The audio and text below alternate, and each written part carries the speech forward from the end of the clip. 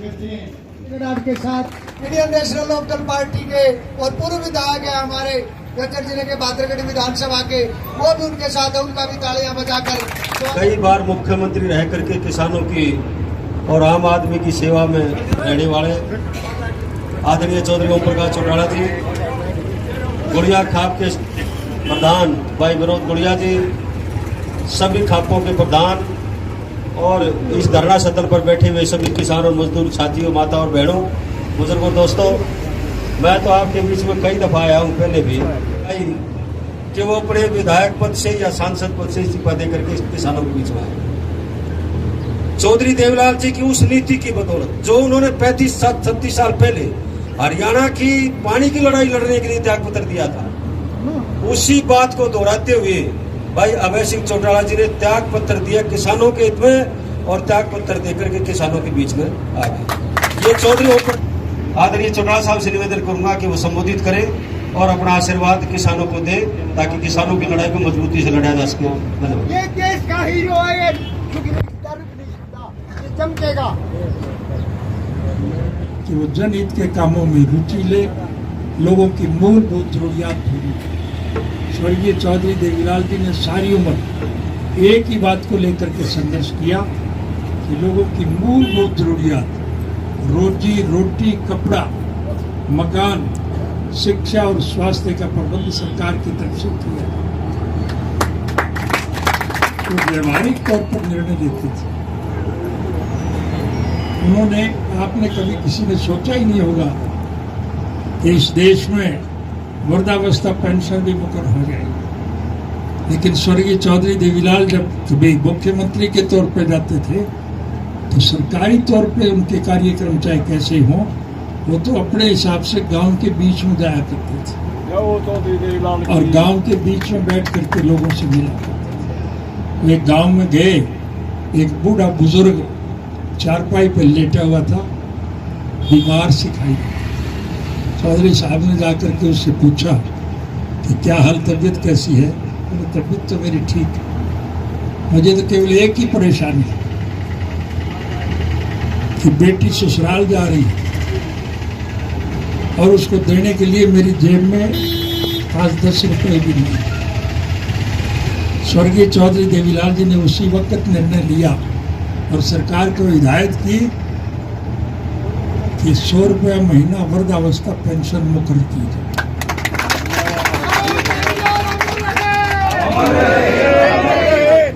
और फिर किसी घर में 2 तो बुजुर्ग होते ही होते, 5,000 रुपए तो आएंगे ही आएंगे नहीं महीने, और 5,000 रुपए में इस महंगाई में उन्हें अपने उधर पूर्ण करने में खासा सहयोग मिलता है। सरकार आपकी बढ़ेगी, ये मेरे कहने की आवश्यकता नहीं, तो लोगों की जबान पर है। और जब सरकार आपकी बढ़ेगी तो पेंशन और ज़्यादा बढ़ेगी, आपको और ज़्यादा सुविधा मिलेगी। हमारी पार्टी का कोई व्यक्तिगत स्वार्थ नहीं, हमारा कोई निजी स्वार्थ नहीं, हमारा कोई राजनीतिक स्वार्थ नहीं, हमारा कोई आर्थिक स्वार्थ नहीं है। हम तो स्वर्गीय चौधरी देवीलाल जी के स्वप्न साकार, हम चाहेंगे कि चौधरी देवीलाल के दिमाग में जो सोच थी वो पूरी की जाए। क्या कभी सोचा था कि कर्जे भी माफ होंगे? चौधरी देवीलाल जी ने मुख्यमंत्री का पदभार संभालने से पहले एक बात खुल करके कही थी कि सरकार हमारी बनने के बाद हम गरीब के सर पर चढ़े हुए 10-10 हज़ार के कर्जे माफ करें। चौधरी बंसीलाल जी उस वक्त मुख्यमंत्री थे और उनकी तरफ से बयान आया था, वो खुल के कहते थे, आपने भी पढ़ा होगा, सुना होगा, कि चौधरी देवीलाल तो बहकावा दे रहे हैं, कर्जा माफ करना किसी व्यक्ति के इख्तियार में थोड़ा ही। अगर कर्जा माफ करना आसान होता तो मैं मुख्यमंत्री भी हूं और लॉ ग्रेजुएट भी हूं, मैं ही ना कर देता इसका। चौधरी देवीलाल ने कहा था कि सरकार हमारी बना दो, उसके बाद हम देखें। और जब सरकार उनकी बनी तो उन्होंने अपनी कही हुई बात को पूरा करते हुए 10,000 के कर्जे माफ किए थे। और आपके सहयोग और समर्थन से जब वो इस देश के उप प्रधानमंत्री बने तो फिर सारे देश के कर्जे 10,000 तक के माफ किए कि नहीं थे? वो तो व्यवहारिक आदमी थे, जो चीज उन्हें दिखाई देती थी उसी पे अमल किया करते थे। उन्होंने बच्चों को अच्छी शिक्षा प्राप्त हो, इसलिए हमारे बच्चे स्कूल में जाएं। उन्होंने एक निर्णय लिया था कि 1 रुपया महीना हर बच्चे को सरकारी कोष से इसलिए दिया जाएगा कि वो स्कूल में जाए। बच्चा पैसे के लालच में अगर स्कूल में जाएगा तो फिर वो अच्छी शिक्षा प्राप्त करेगा, और अच्छी शिक्षा प्राप्त बच्चा फिर अच्छे पद पर बैठेगा कि नहीं बैठेगा। और जब गांव का बच्चा ऊंचे पद पर बैठेगा तो गांव की भलाई की बात सोचेगा कि नहीं सोचेगा। सरकार तो वो भी थी जिसने ये निर्णय लिया, और आज एक सरकार और है। मैं लंबी चौड़ी बात नहीं करना चाहूंगा। इस ये आपका कोरोना की आड़ लेकर के हरियाणा प्रदेश की मौजूदा सरकार ने 1 रुपया महीना जो चौधरी देवीलाल ने बच्चों को देना तय किया था वो तो कैंसिल किया, और 5 रुपये महीना बच्चे पर टैक्स और लगा दिया। अब बच्चा टैक्स कहाँ से देगा? इन मूर्खों को कोई समझाए कि बच्चे तो बेचारा पैदा हुआ है, उसे तो पता ही नहीं आमदन कैसे होता है। उसके माँ बाप काम करते हैं, उसकी वजह से उसे रोटी नसीब होती है। 5 रुपये महीना उस पर टैक्स। हम सामाजिक लोग हैं, हमारी संस्कृति में, हमारी सभ्यता में हम भूखे रह करके भी गरीब की मदद करते हैं नहीं करते। और उस कोरोना की वजह से जो लोगों को दिक्कत और कठिनाई आ रही है, आज सार्वजनिक संस्थानों की तरफ से, गुरुद्वारों की तरफ से, मंदिरों की तरफ से, मस्जिदों की तरफ से और सार्वजनिक संस्थानों की तरफ से और दलेर पैसे वाले व्यक्ति की तरफ से इस आंदोलन में लोगों की आर्थिक मदद की जाती है कि नहीं की जाती। लेकिन जो मदद इन लोगों की तरफ से की जाती है, सरकार वो मदद तो बांटती है लोगों को, लेकिन उसके बदले में सरकार के खजाने से उतने पैसे लेकर के अपनी जेब में डालते हैं। और उसका परिणाम ये निकला है कि आज हरियाणा सरकार के सर के ऊपर 200 लाख करोड़ से भी अधिक का कर्जा है। 200 लाख करोड़ से ज्यादा का कर्जा है हमारे सरकार। ये कर्जा तो हमने ही अदा करना। ये सत्ता में बने हुए लोग तो चले जाएंगे, लेकिन पैसा तो सरकार को देना पड़ेगा। अब वो पैसा जो उन गुरुद्वारों की तरफ से, मंदिरों की तरफ से जो दिया गया, उनका ना दिखा करके ये अपना दिखाते हैं और उसका पैसा लूट के खाते हैं। आज ये हालत है। मैं इनके सारे किए हुए काम अगर कराने लगूंगा तो बहुत लंबा समय लग जाएगा और मेरे कई कार्यक्रम हैं वो बीच में ना रह जाए। इसलिए मैं आपसे केवल एक ही निवेदन करना आया हूँ, आपको बधाई देने आया हूँ कि आपके इस संघर्ष की वजह से समूचे देश के स्तर पर एक नया वातावरण कायम हो और उसका सुखद परिणाम अब बहुत जल्द निकलने वाला है। आपके प्रदेश में 2 विधानसभाओं के उपचुनाव होंगे, एक ऐलनाबाद का और एक कालका।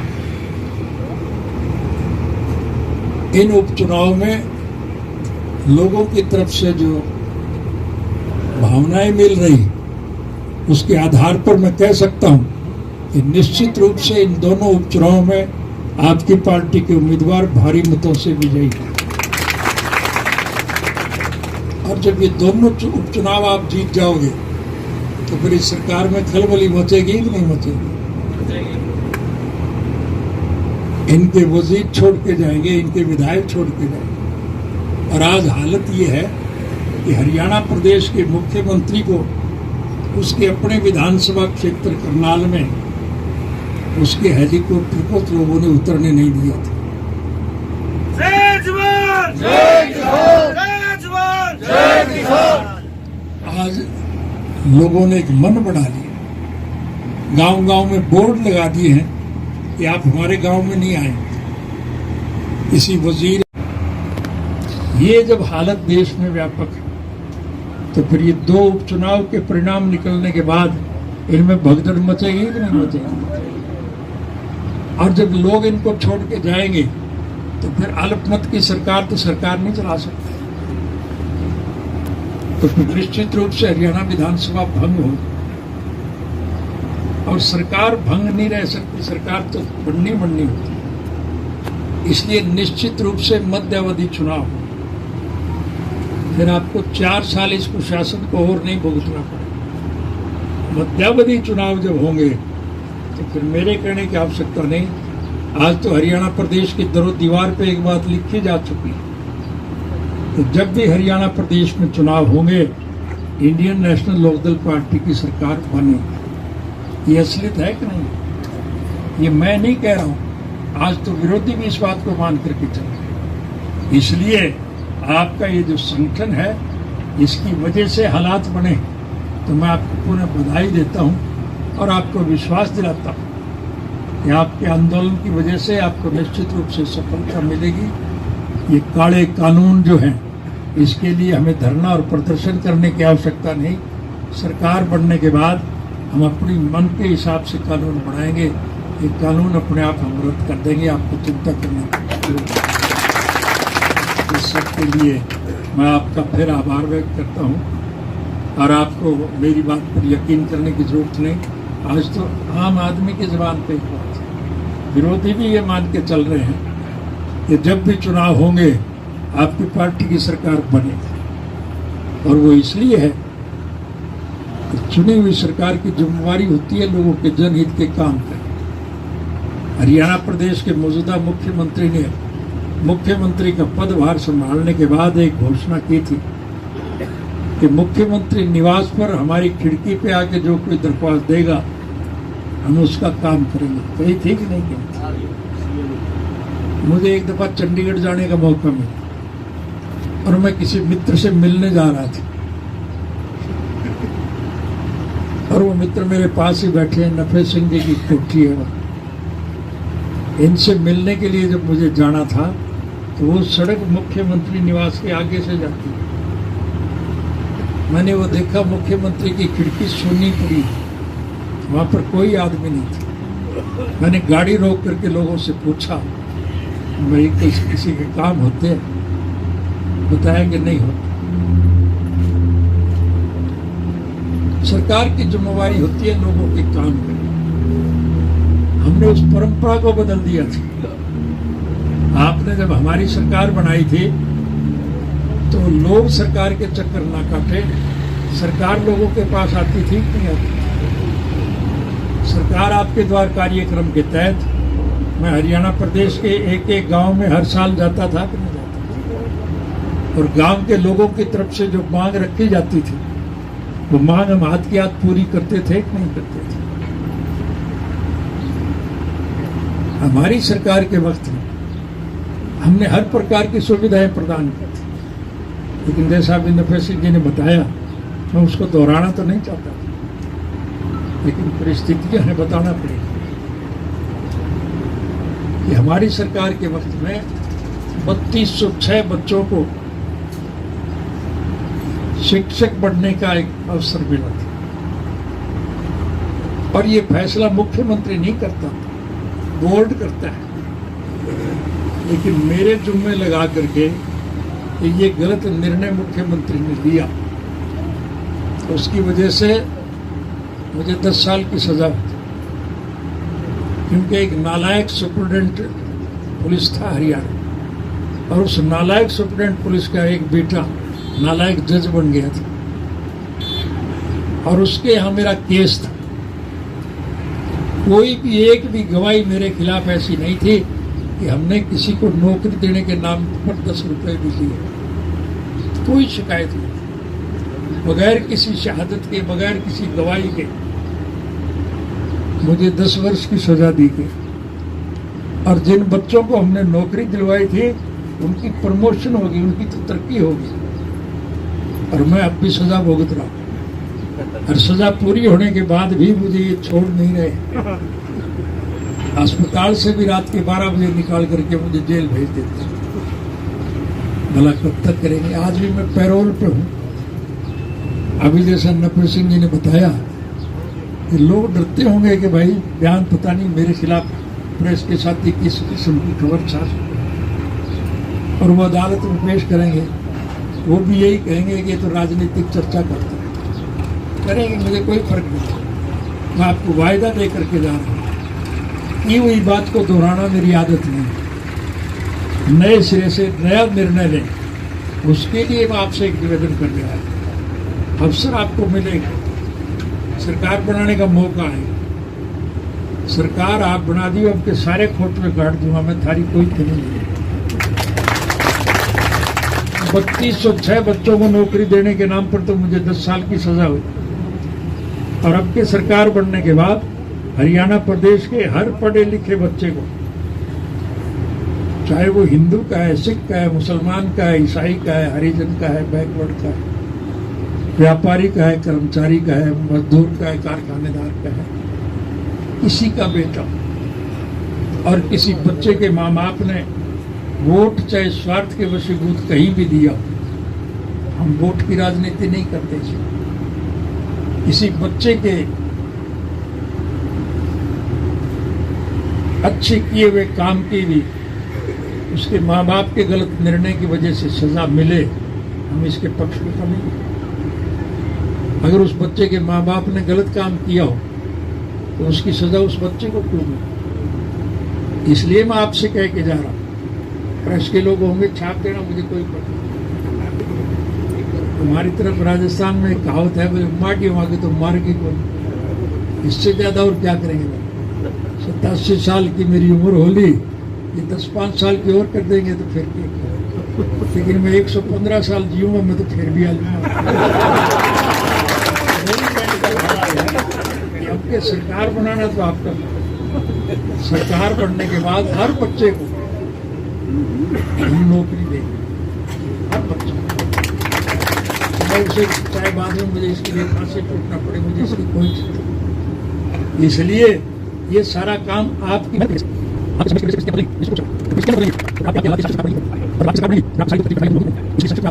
बहादुरी से जो हिम्मत और हौसला रखते हैं उनकी परमात्मा मदद करता है। किसान एकता जिंदाबाद, जय जवान जय किसान, जय जवान जय किसान। चौधरी देवीलाल अमर रहे, चौधरी देवीलाल अमर रहे। उर्दू का एक मुहावरा है,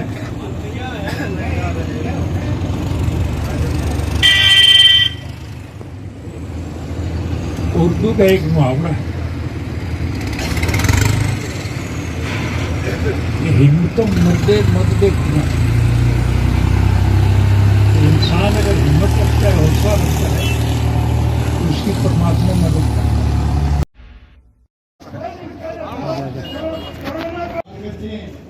के साथ इंडियन नेशनल लोकदल पार्टी के और पूर्व विधायक है हमारे गज्जर जिले के बादरगढ़ विधानसभा के, वो भी उनके साथ है, उनका भी तालियां बजाकर। कई बार मुख्यमंत्री रह करके किसानों की और आम आदमी की सेवा में रहने वाले आदरणीय चौधरी ओम प्रकाश चौटाला जी, गुड़िया खाप के प्रधान भाई विनोद गुड़िया जी, सभी खापों के प्रधान और इस धरना सदन पर बैठे हुए सभी किसान और मजदूर साथियों, माता और बहनों, बुजुर्गों, दोस्तों, मैं तो आपके बीच में कई दफा आया हूं पहले भी कि वो अपने विधायक पद से या सांसद पद से इस्तीफा दे करके किसानों के बीच में आए। चौधरी देवीलाल जी की उस नीति की बदौलत जो उन्होंने 35-37 साल पहले हरियाणा की पानी की लड़ाई लड़ने के लिए त्याग पत्र दिया था, उसी बात को दोहराते हुए भाई अभय सिंह चौटाला जी ने त्याग पत्र दिया किसानों के हित में, और त्याग पत्र देकर के किसानों के बीच में आ गए। ये चौधरी आदरणीय चौटाला साहब से निवेदन करूंगा कि वो संबोधित करें और अपना आशीर्वाद किसानों को दें, ताकि किसानों की लड़ाई को मजबूती से लड़ा जा सके। धन्यवाद। ये देश का हीरो है, चमकेगा कि वो जनहित के कामों में रुचि ले, लोगों की मूलभूत जरूरियात पूरी। स्वर्गीय चौधरी देवीलाल जी ने सारी उम्र एक ही बात को लेकर के संघर्ष किया कि लोगों की मूलभूत जरूरियात, रोजी रोटी, कपड़ा, मकान, शिक्षा और स्वास्थ्य का प्रबंध सरकार की तरफ से किया। तो व्यवहारिक तौर पर निर्णय लेते थे। उन्होंने, आपने कभी किसी ने सोचा ही नहीं होगा कि इस देश में वृद्धावस्था पेंशन भी मुकर हो जाएगी। लेकिन स्वर्गीय चौधरी देवीलाल जब कभी मुख्यमंत्री के तौर पर जाते थे तो सरकारी तौर पे उनके कार्यक्रम चाहे कैसे हों, वो तो अपने हिसाब से गांव के बीच में जाया करते थे और गांव के बीच में बैठ करके लोगों से मिला करते थे। वे गांव में गए, एक बूढ़ा बुजुर्ग चारपाई पर लेटा हुआ था, बीमार सिखाई दिया। चौधरी साहब ने जाकर के उससे पूछा कि क्या हाल, तबीयत कैसी है? तबीयत तो मेरी ठीक है, मुझे तो केवल एक ही परेशानी है कि बेटी ससुराल जा रही है और उसको देने के लिए मेरी जेब में 5-10 रुपए भी नहीं। स्वर्गीय चौधरी देवीलाल जी ने उसी वक्त निर्णय लिया और सरकार को हिदायत की कि 100 रुपया महीना वृद्धावस्था पेंशन मुकर की जाए।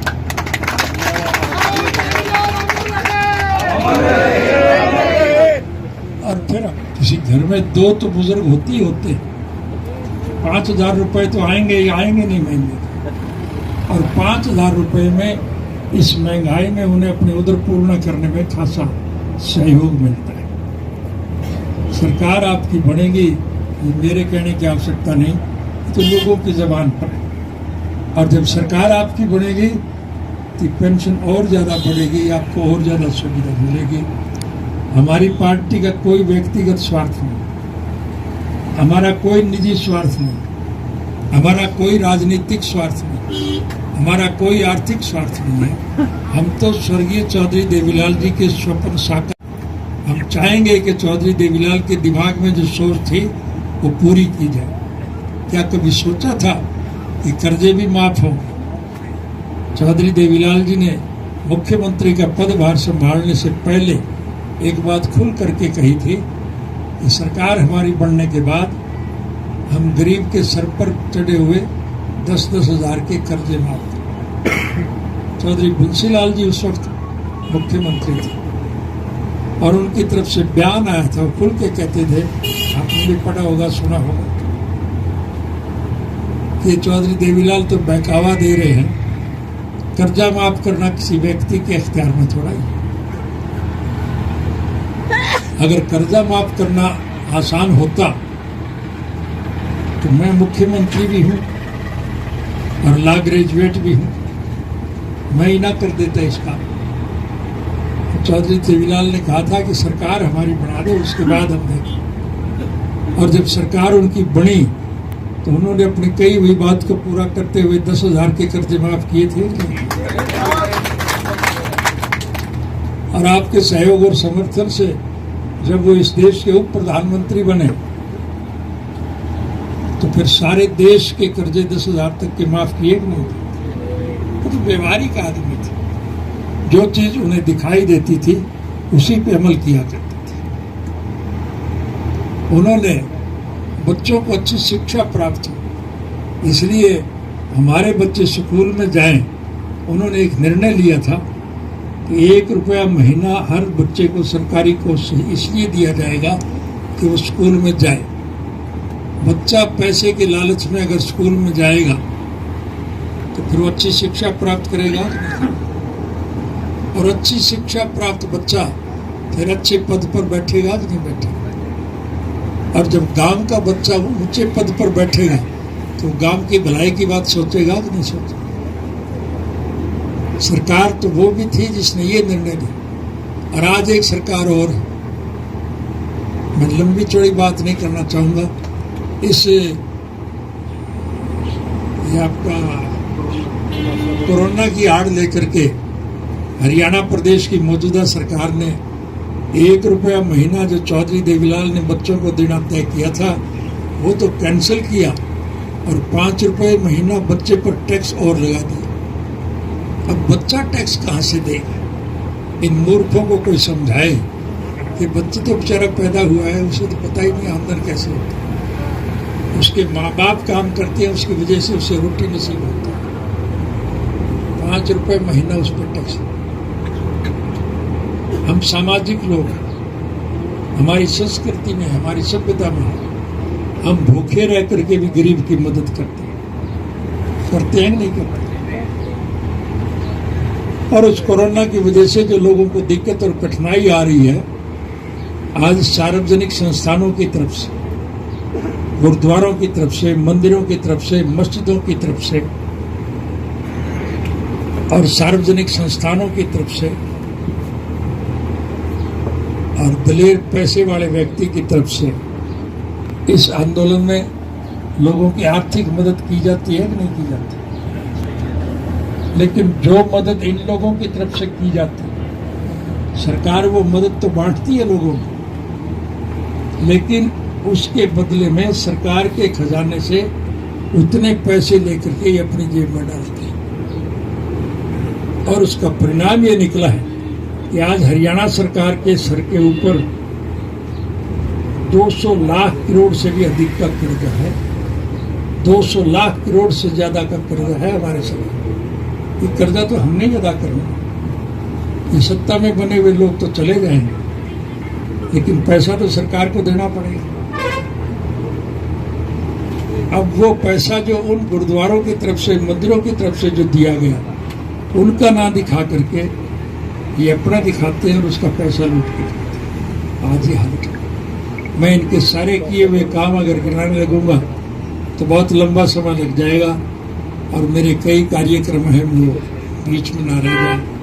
इसलिए मैं आपसे केवल एक ही निवेदन करना आया, आपको बधाई देने आया हूँ कि आपके इस संघर्ष की वजह से समूचे देश के स्तर पर एक नया वातावरण कायम हो और उसका सुखद परिणाम अब बहुत जल्द निकलने वाला है। आपके प्रदेश में 2 विधानसभाओं के उपचुनाव होंगे, एक एलनाबाद का और एक कालका। इन उपचुनाव में लोगों की तरफ से जो भावनाएं मिल रही, उसके आधार पर मैं कह सकता हूं कि निश्चित रूप से इन दोनों उपचुनाव में आपकी पार्टी के उम्मीदवार भारी मतों से विजयी हैं। और जब ये दोनों उपचुनाव आप जीत जाओगे तो फिर इस सरकार में खलबली मचेगी कि नहीं मचेगी। इनके वजीर छोड़ के जाएंगे, इनके विधायक छोड़ के जाएंगे। और आज हालत ये है कि हरियाणा प्रदेश के मुख्यमंत्री को उसके अपने विधानसभा क्षेत्र करनाल में उसके हेलीकॉप्टर को लोगों ने उतरने नहीं दिया था। जय जवान, जय किसान, जय जवान, जय किसान। आज लोगों ने एक मन बना लिया, गांव-गांव में बोर्ड लगा दिए हैं कि आप हमारे गांव में नहीं आए। किसी वजीर, ये जब हालत देश में व्यापक है तो फिर ये 2 उपचुनाव के परिणाम निकलने के बाद इनमें भगदड़ मचेगी कि नहीं मचेगी। और जब लोग इनको छोड़ के जाएंगे तो फिर अल्पमत की सरकार तो सरकार नहीं चला सकती। तो फिर निश्चित रूप से हरियाणा विधानसभा भंग हो और सरकार भंग नहीं रह सकती, सरकार तो बननी होती। इसलिए निश्चित रूप से मध्यावधि चुनाव, फिर आपको 4 साल इस कुशासन को और नहीं भुगतना पड़ेगा। मध्यावधि चुनाव जब होंगे तो फिर मेरे कहने की आवश्यकता नहीं। आज तो हरियाणा प्रदेश की दीवार पे एक बात लिखी जा चुकी है, तो जब भी हरियाणा प्रदेश में चुनाव होंगे इंडियन नेशनल लोकदल पार्टी की सरकार बनेगी। ये असलियत है कि नहीं, ये मैं नहीं कह रहा हूँ। आज तो विरोधी भी इस बात को मान करके चल रहे। इसलिए आपका ये जो संगठन है, इसकी वजह से हालात बने, तो मैं आपको पुनः बधाई देता हूँ और आपको विश्वास दिलाता हूँ कि आपके आंदोलन की वजह से आपको निश्चित रूप से सफलता मिलेगी। ये काले कानून जो हैं, इसके लिए हमें धरना और प्रदर्शन करने की आवश्यकता नहीं। सरकार बनने के बाद हम अपनी मन के हिसाब से कानून बनाएंगे। ये कानून अपने आप हम रद्द कर देंगे, आपको चिंता करने की। इस सब के लिए मैं आपका फिर आभार व्यक्त करता हूँ और आपको मेरी बात पर यकीन करने की जरूरत नहीं। आज तो आम आदमी की ज़बान पे बात है, विरोधी भी ये मान के चल रहे हैं कि जब भी चुनाव होंगे आपकी पार्टी की सरकार बनेगी। और वो इसलिए है चुनी हुई सरकार की जिम्मेवारी होती है लोगों के जनहित के काम करना। हरियाणा प्रदेश के मौजूदा मुख्यमंत्री ने मुख्यमंत्री का पदभार संभालने के बाद एक घोषणा की थी कि मुख्यमंत्री निवास पर हमारी खिड़की पे आके जो कोई दरख्वास्त देगा हम उसका काम करेंगे। कही थी कि नहीं की? मुझे एक दफा चंडीगढ़ जाने का मौका मिला और मैं किसी मित्र से मिलने जा रहा था और वो मित्र मेरे पास ही बैठे हैं। नफे सिंह जी की कोठी है वहाँ। इनसे मिलने के लिए जब मुझे जाना था तो वो सड़क मुख्यमंत्री निवास के आगे से जाती है। मैंने वो देखा, मुख्यमंत्री की खिड़की सुनी पड़ी, वहां पर कोई आदमी नहीं था। मैंने गाड़ी रोक करके लोगों से पूछा, भाई किसी के काम होते हैं? बताया कि नहीं होते। सरकार की जिम्मेवारी होती है लोगों के काम करना। हमने उस परंपरा को बदल दिया था। आपने जब हमारी सरकार बनाई थी तो लोग सरकार के चक्कर ना काटे, सरकार लोगों के पास आती थी कि नहीं आती? सरकार आपके द्वार कार्यक्रम के तहत मैं हरियाणा प्रदेश के एक एक गांव में हर साल जाता था कि नहीं जाता? और गांव के लोगों की तरफ से जो मांग रखी जाती थी वो मांग हम हाथ की हाथ पूरी करते थे कि नहीं करते थे? हमारी सरकार के वक्त में हमने हर प्रकार की सुविधाएं प्रदान की थी, लेकिन जैसा अभी नफे सिंह जी ने बताया, मैं उसको दोहराना तो नहीं चाहता, लेकिन परिस्थितियां हैं, बताना पड़ेगा कि हमारी सरकार के वक्त में 3206 बच्चों को शिक्षक बनने का एक अवसर मिला था। और ये फैसला मुख्यमंत्री नहीं करता, बोर्ड करता है। लेकिन मेरे जुम्मे लगा करके कि ये गलत निर्णय मुख्यमंत्री ने लिया, तो उसकी वजह से मुझे 10 साल की सजा हुई, क्योंकि एक नालायक सुपरिटेंडेंट पुलिस था हरियाणा, और उस नालायक सुपरिटेंडेंट पुलिस का एक बेटा नालायक जज बन गया था और उसके यहाँ मेरा केस था। कोई भी एक भी गवाही मेरे खिलाफ ऐसी नहीं थी कि हमने किसी को नौकरी देने के नाम पर 10 रुपए भी दिए। कोई शिकायत नहीं, बगैर किसी शहादत के, बगैर किसी गवाही के मुझे 10 वर्ष की सजा दी गई। और जिन बच्चों को हमने नौकरी दिलवाई थी उनकी प्रमोशन होगी, उनकी तो तरक्की होगी, और मैं अब भी सजा भुगत रहा हूं। और सजा पूरी होने के बाद भी मुझे ये छोड़ नहीं रहे। अस्पताल से भी रात के 12 बजे निकाल करके मुझे जेल भेज देते। भला कब तक करेंगे? आज भी मैं पैरोल पे हूं। अभी जैसा नफे सिंह जी ने बताया कि लोग डरते होंगे कि भाई बयान पता नहीं मेरे खिलाफ प्रेस के साथ ही किस किस्म की खबर छाप और वो अदालत में पेश करेंगे, वो भी यही कहेंगे कि ये तो राजनीतिक चर्चा करते हैं। करेंगे, मुझे कोई फर्क नहीं। मैं आपको वायदा दे करके जा रहा हूँ, की हुई बात को दोहराना मेरी आदत नहीं। नए सिरे से नया निर्णय लें, उसके लिए मैं आपसे एक निवेदन कर रहा हूँ। अवसर आपको मिलेगा, सरकार बनाने का मौका है। सरकार आप बना दी, आपके सारे खोटवे काट दूंगा मैं, थारी कोई कमी नहीं। 3206 बच्चों को नौकरी देने के नाम पर तो मुझे 10 साल की सजा हुई, और अब के सरकार बनने के बाद हरियाणा प्रदेश के हर पढ़े लिखे बच्चे को, चाहे वो हिंदू का है, सिख का है, मुसलमान का है, ईसाई का है, हरिजन का है, बैकवर्ड का है, व्यापारी का है, कर्मचारी का है, मजदूर का है, कारखानेदार का है, किसी का बेटा और किसी बच्चे के माँ बाप ने वोट चाहे स्वार्थ के वशीभूत कहीं भी दिया, हम वोट की राजनीति नहीं करते। किसी बच्चे के अच्छे किए हुए काम की भी उसके माँ बाप के गलत निर्णय की वजह से सजा मिले, हम इसके पक्ष में तो नहीं। अगर उस बच्चे के माँ बाप ने गलत काम किया हो तो उसकी सजा उस बच्चे को क्यों मिले? इसलिए मैं आपसे कह के जा रहा हूँ, प्रेस के लोग होंगे छाप देना, मुझे कोई पता नहीं। हमारी तरफ राजस्थान में एक कहावत है, भाई माटी मांगे तो मार के कौन, इससे ज्यादा और क्या करेंगे। 87 साल की मेरी उम्र होली, ये 10-5 साल की और कर देंगे तो फिर क्या। लेकिन मैं 115 साल जीऊंगा, मैं तो फिर भी आ जाऊंगा।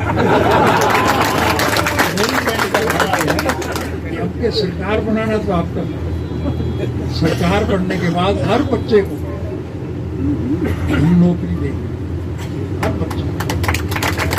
मैं उसे चाहे बाद में मुझे इसके लिए फांसी टूटना पड़े, मुझे इसकी कोई चिंता नहीं। इसलिए ये सारा काम आपकी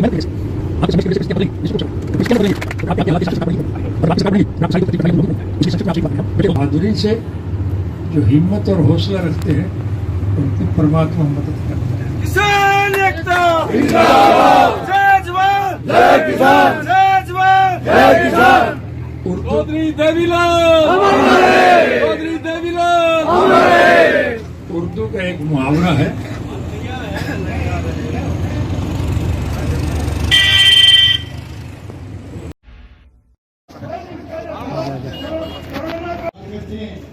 के साथ इंडियन नेशनल लोकदल पार्टी के और पूर्व विधायक है हमारे गज्जर जिले के बादरगढ़ विधानसभा के, वो भी उनके साथ है, उनका भी तालियां बजाकर। कई बार मुख्यमंत्री रह करके किसानों की और आम आदमी की सेवा में रहने वाले आदरणीय चौधरी ओम प्रकाश चौटाला जी, गुड़िया खाप के प्रधान भाई विनोद गुड़िया जी, सभी खापों के प्रधान और इस धरना सदन पर बैठे हुए सभी किसान और मजदूर साथियों, माता और बहनों, बुजुर्गों, दोस्तों, मैं तो आपके बीच में कई दफा आया हूं पहले भी कि वो अपने विधायक पद से या सांसद पद से इस्तीफा दे करके किसानों के बीच में आए। चौधरी देवीलाल जी की उस नीति की बदौलत जो उन्होंने 35-37 साल पहले हरियाणा की पानी की लड़ाई लड़ने के लिए त्याग पत्र दिया था, उसी बात को दोहराते हुए भाई अभय सिंह चौटाला जी ने त्याग पत्र दिया किसानों के हित में और त्याग पत्र देकर के किसानों के बीच में आ गए। ये चौधरी आदरणीय चौटाला साहब से निवेदन करूंगा कि वो संबोधित करें और अपना आशीर्वाद किसानों को दे ताकि किसानों की लड़ाई को मजबूती से लड़ा जा सके। धन्यवाद। ये देश का हीरो है, चमकेगा कि वो जनहित के कामों में रुचि ले, लोगों की मूलभूत जरूरियात पूरी।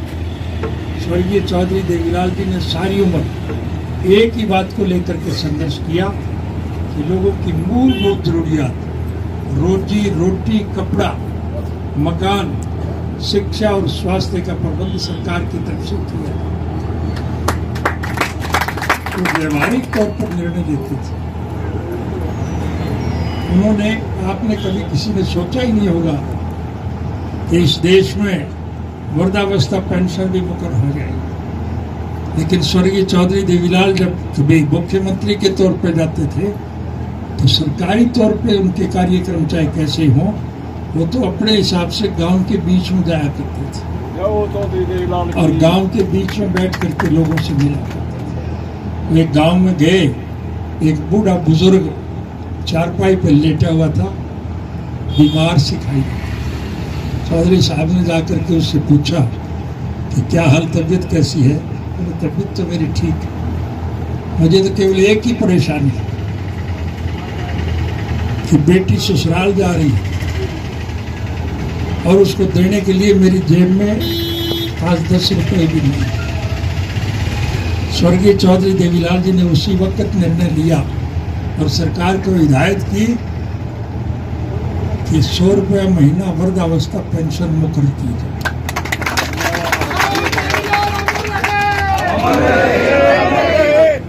और फिर किसी घर में 2 तो बुजुर्ग होते ही होते, 5,000 रुपए तो आएंगे ही आएंगे नहीं महीने, और 5,000 रुपए में इस महंगाई में उन्हें अपने उधर पूर्ण करने में खासा सहयोग मिलता है। सरकार आपकी बढ़ेगी, मेरे कहने की आवश्यकता नहीं, तो लोगों की जबान पर है। और जब सरकार आपकी बढ़ेगी तो पेंशन और ज़्यादा बढ़ेगी, आपको और ज़्यादा सुविधा मिलेगी। हमारी पार्टी का कोई व्यक्तिगत स्वार्थ नहीं, हमारा कोई निजी स्वार्थ नहीं, हमारा कोई राजनीतिक स्वार्थ नहीं, हमारा कोई आर्थिक स्वार्थ नहीं है। हम तो स्वर्गीय चौधरी देवीलाल जी के स्वप्न साकार, हम चाहेंगे कि चौधरी देवीलाल के दिमाग में जो सोच थी वो पूरी की जाए। क्या कभी सोचा था कि कर्जे भी माफ हों।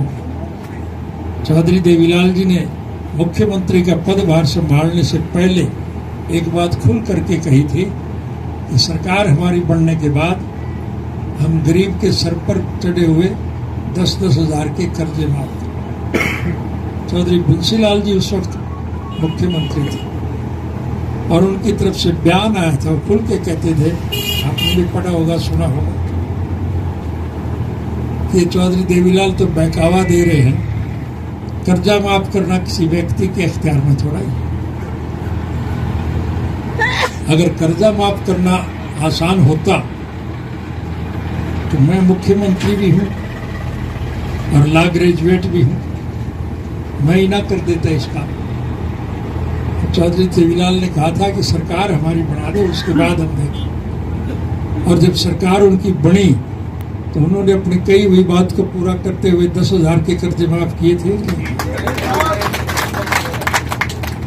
और आपके सहयोग और समर्थन से जब वो इस देश के उप प्रधानमंत्री बने तो फिर सारे देश के कर्जे 10,000 तक के माफ किए नहीं थे। तो व्यवहारिक आदमी थे, जो चीज उन्हें दिखाई देती थी उसी पे अमल किया करते थे। उन्होंने बच्चों को अच्छी शिक्षा प्राप्त हो, इसलिए हमारे बच्चे स्कूल में जाएं। उन्होंने एक निर्णय लिया था कि 1 रुपया महीना हर बच्चे को सरकारी कोष से इसलिए दिया जाएगा कि वो स्कूल में जाए। बच्चा पैसे के लालच में अगर स्कूल में जाएगा तो फिर वो अच्छी शिक्षा प्राप्त करेगा, और अच्छी शिक्षा प्राप्त बच्चा फिर अच्छे पद पर बैठेगा कि नहीं बैठेगा। और जब गांव का बच्चा ऊंचे पद पर बैठेगा तो गांव की भलाई की बात सोचेगा कि नहीं सोचेगा। सरकार तो वो भी थी जिसने ये निर्णय लिया, और आज एक सरकार और है। मैं लंबी चौड़ी बात नहीं करना चाहूंगा। इस ये आपका कोरोना की आड़ लेकर के हरियाणा प्रदेश की मौजूदा सरकार ने 1 रुपया महीना जो चौधरी देवीलाल ने बच्चों को देना तय किया था वो तो कैंसिल किया, और 5 रुपये महीना बच्चे पर टैक्स और लगा दिया। अब बच्चा टैक्स कहाँ से देगा? इन मूर्खों को कोई समझाए कि बच्चे तो बेचारा पैदा हुआ है, उसे तो पता ही नहीं आमदन कैसे होता है। उसके माँ बाप काम करते हैं, उसकी वजह से उसे रोटी नसीब होती है। 5 रुपये महीना उस पर टैक्स। हम सामाजिक लोग, हमारी संस्कृति में, हमारी सभ्यता में हम भूखे रह करके भी गरीब की मदद करते हैं नहीं करते।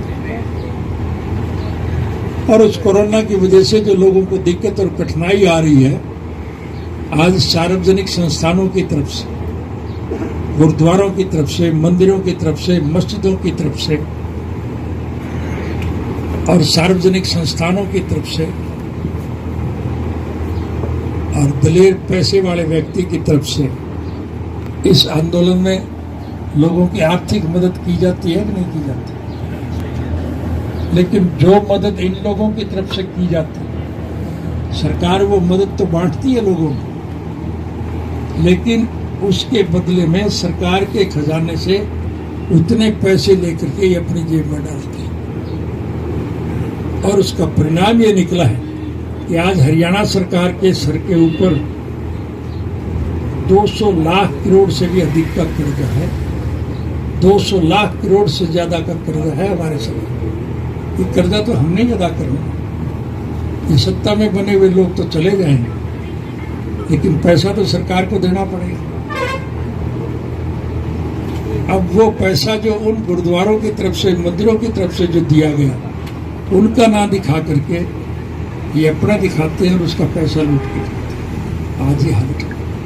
मैं इनके सारे किए हुए काम अगर गिनाने लगूंगा तो बहुत लंबा समय लग जाएगा और मेरे कई कार्यक्रम हैं वो बीच में ना रह जाए।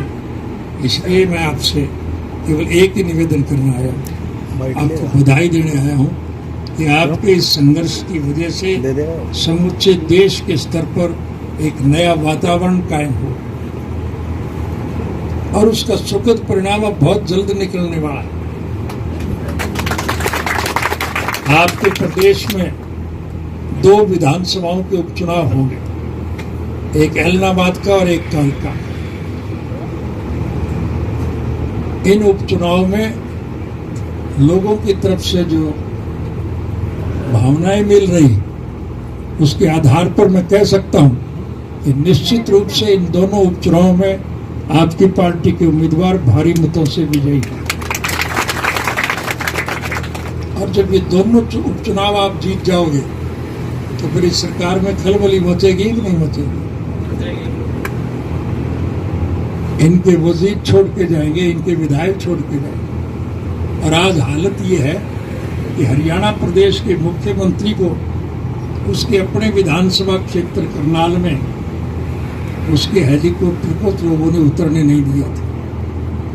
जय जवान जय किसान, जय जवान जय किसान। आज लोगों ने एक मन बना लिया, गांव-गांव में बोर्ड लगा दिए हैं कि आप हमारे गांव में नहीं आएंगे। किसी वजीर, ये जब हालत देश में व्यापक है तो फिर ये दो उपचुनाव के परिणाम निकलने के बाद इनमें भगदड़ मचेगी कि नहीं मचेगी? और जब लोग इनको छोड़ के जाएंगे तो फिर अल्पमत की सरकार तो सरकार नहीं चला सकती। तो फिर निश्चित रूप से हरियाणा विधानसभा भंग हो, और सरकार भंग नहीं रह सकती, सरकार तो बननी होती। इसलिए निश्चित रूप से मध्यावधि चुनाव, फिर आपको 4 साल इस कुशासन को और नहीं भुगतना पड़ेगा।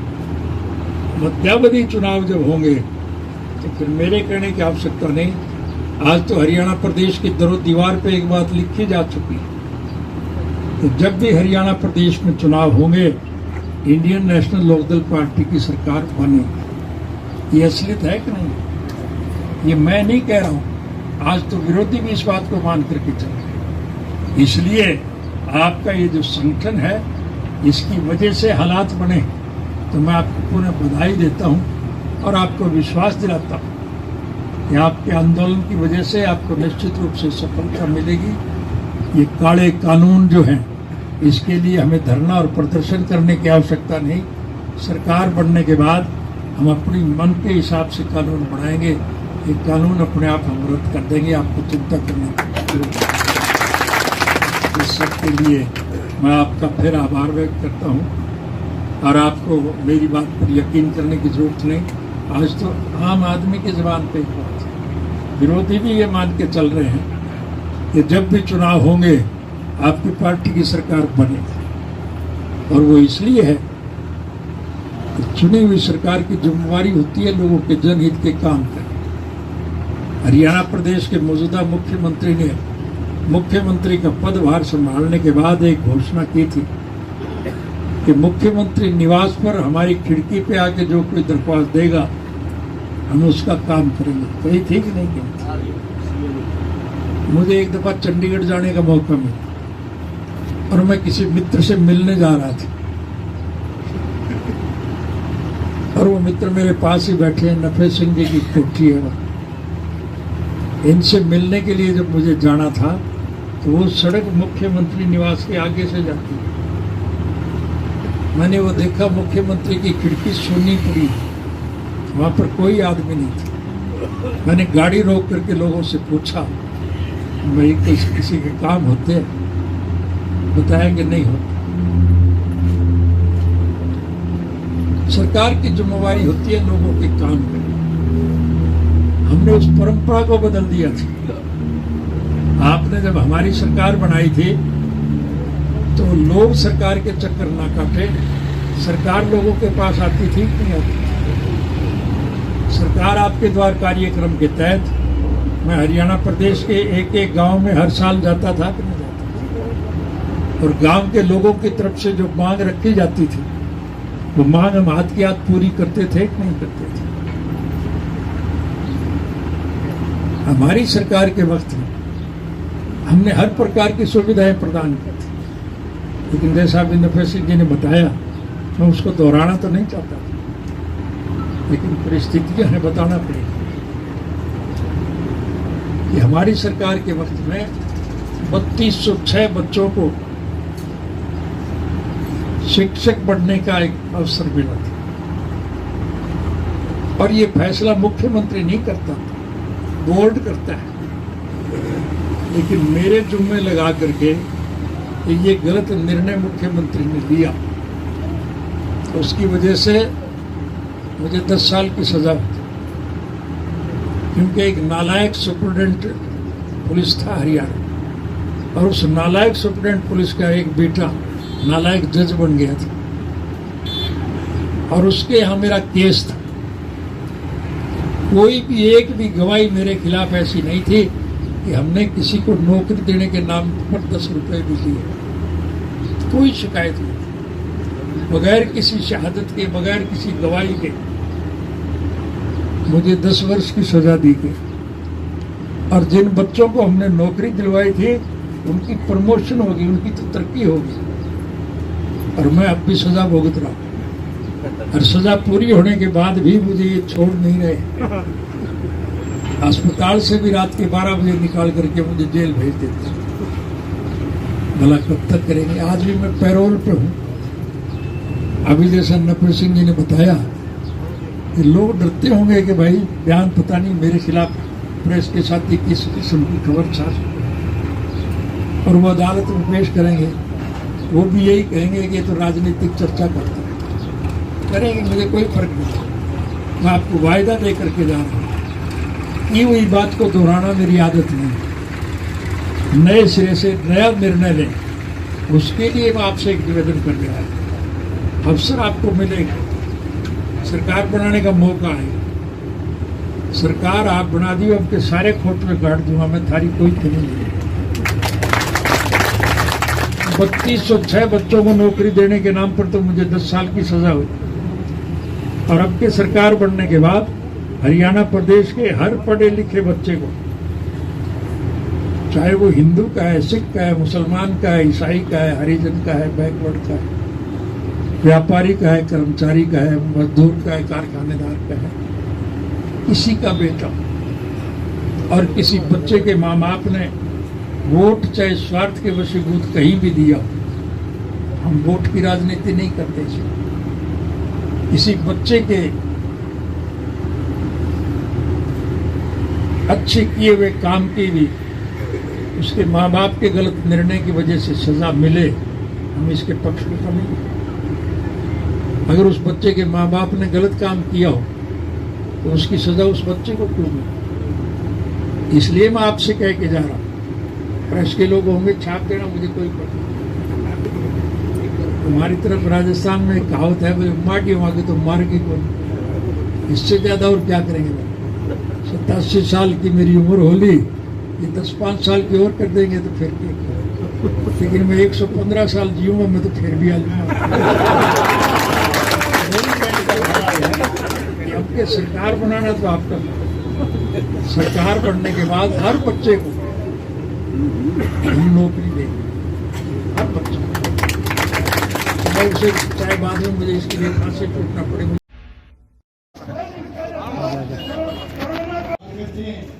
के साथ इंडियन नेशनल लोकदल पार्टी के और पूर्व विधायक है हमारे जज्जर जिले के बादरगढ़ विधानसभा के, वो भी उनके साथ है, उनका भी तालियां बजाकर। कई बार मुख्यमंत्री रह करके किसानों की और आम आदमी की सेवा में रहने वाले आदरणीय चौधरी ओम प्रकाश चौटाला जी, गुड़िया खाप के प्रधान भाई विनोद गुड़िया जी, सभी खापों के प्रधान और इस धरना सदन पर बैठे हुए सभी किसान और मजदूर साथियों, माता और बहनों, बुजुर्गों, दोस्तों, मैं तो आपके बीच में कई दफा आया हूं पहले भी कि वो अपने विधायक पद से या सांसद पद से इस्तीफा दे करके किसानों के बीच में आए। चौधरी देवीलाल जी की उस नीति की बदौलत जो उन्होंने 35-36 साल पहले हरियाणा की पानी की लड़ाई लड़ने के लिए त्याग पत्र दिया था, उसी बात को दोहराते हुए भाई अभय सिंह चौटाला जी ने त्याग पत्र दिया किसानों के हित में, और त्याग पत्र देकर के किसानों के बीच में आ गए। ये चौधरी आदरणीय चौटाला साहब से निवेदन करूंगा कि वो संबोधित करें और अपना आशीर्वाद किसानों को दे, ताकि किसानों की लड़ाई को मजबूती से लड़ा जा सके। धन्यवाद। ये देश का हीरो है, चमकेगा कि वो जनहित के कामों में रुचि ले, लोगों की मूलभूत जरूरियात पूरी। स्वर्गीय चौधरी देवीलाल जी ने सारी उम्र एक ही बात को लेकर के संघर्ष किया कि लोगों की मूलभूत जरूरियात, रोजी रोटी, कपड़ा, मकान, शिक्षा और स्वास्थ्य का प्रबंध सरकार की तरफ से किया। तो व्यवहारिक तौर पर निर्णय लेते थे उन्होंने। आपने कभी किसी ने सोचा ही नहीं होगा कि इस देश में वृद्धावस्था पेंशन भी मुकर्रर हो जाएगी। लेकिन स्वर्गीय चौधरी देवीलाल जब कभी मुख्यमंत्री के तौर पर जाते थे तो सरकारी तौर पे उनके कार्यक्रम चाहे कैसे हों, वो तो अपने हिसाब से गांव के बीच में जाया करते थे और गांव के बीच में बैठ करके लोगों से मिला करते थे। एक गांव में गए, एक बूढ़ा बुजुर्ग चारपाई पर लेटा हुआ था, बीमार सिखाई दी। चौधरी साहब ने जाकर के उससे पूछा कि क्या हाल, तबीयत कैसी है? तबीयत तो मेरी ठीक है, मुझे तो केवल एक ही परेशानी है कि बेटी ससुराल जा रही है और उसको देने के लिए मेरी जेब में 5-10 रुपए भी नहीं। स्वर्गीय चौधरी देवीलाल जी ने उसी वक्त निर्णय लिया और सरकार को हिदायत की कि 100 रुपया महीना वृद्धावस्था पेंशन मुकर्रर की जाए।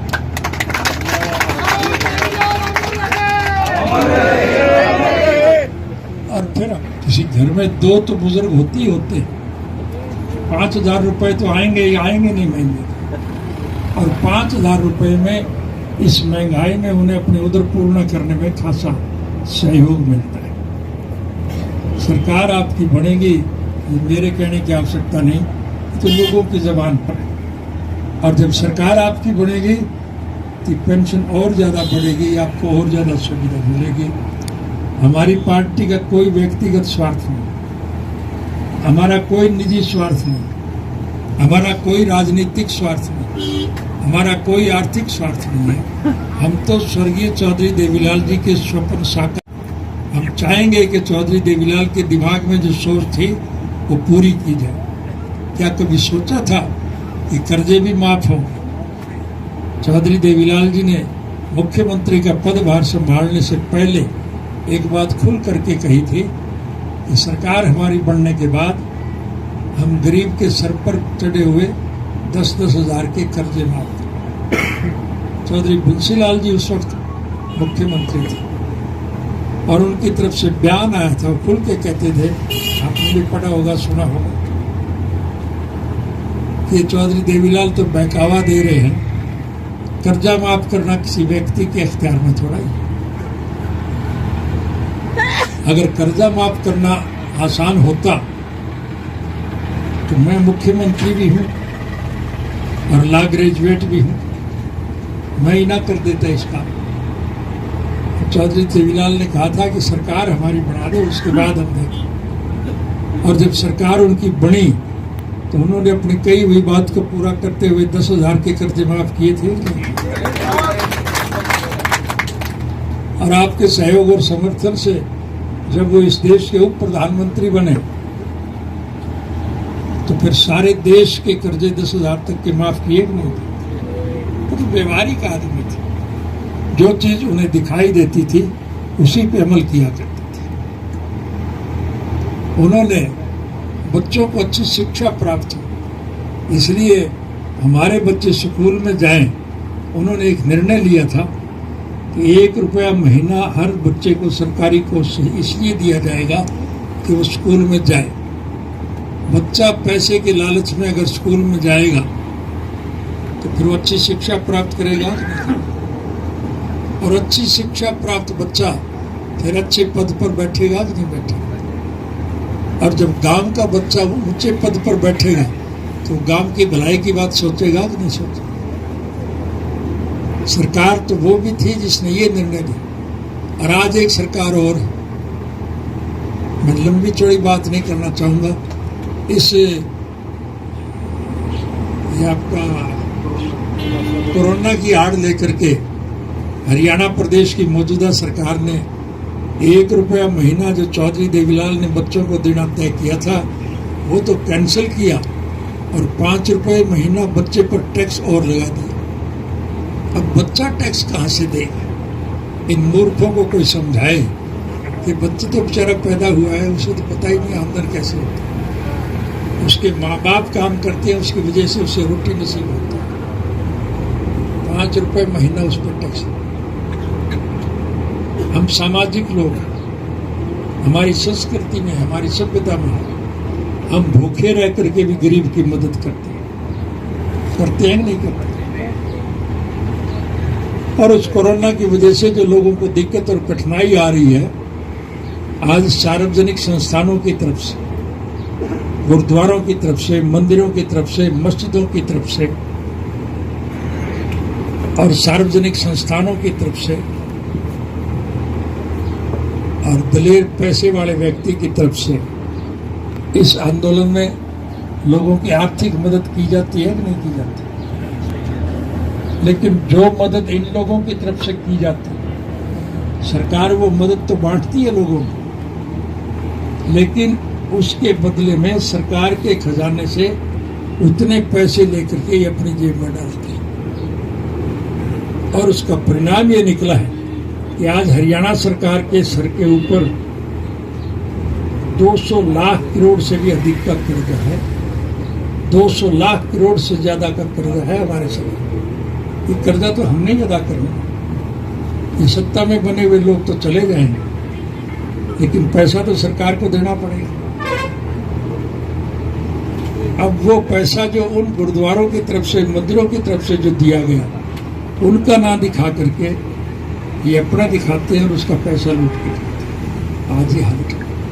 मैं इनके सारे किए हुए काम अगर गिनाने लगूंगा तो बहुत लंबा समय लग जाएगा और मेरे कई कार्यक्रम हैं वो बीच में ना रह जाए।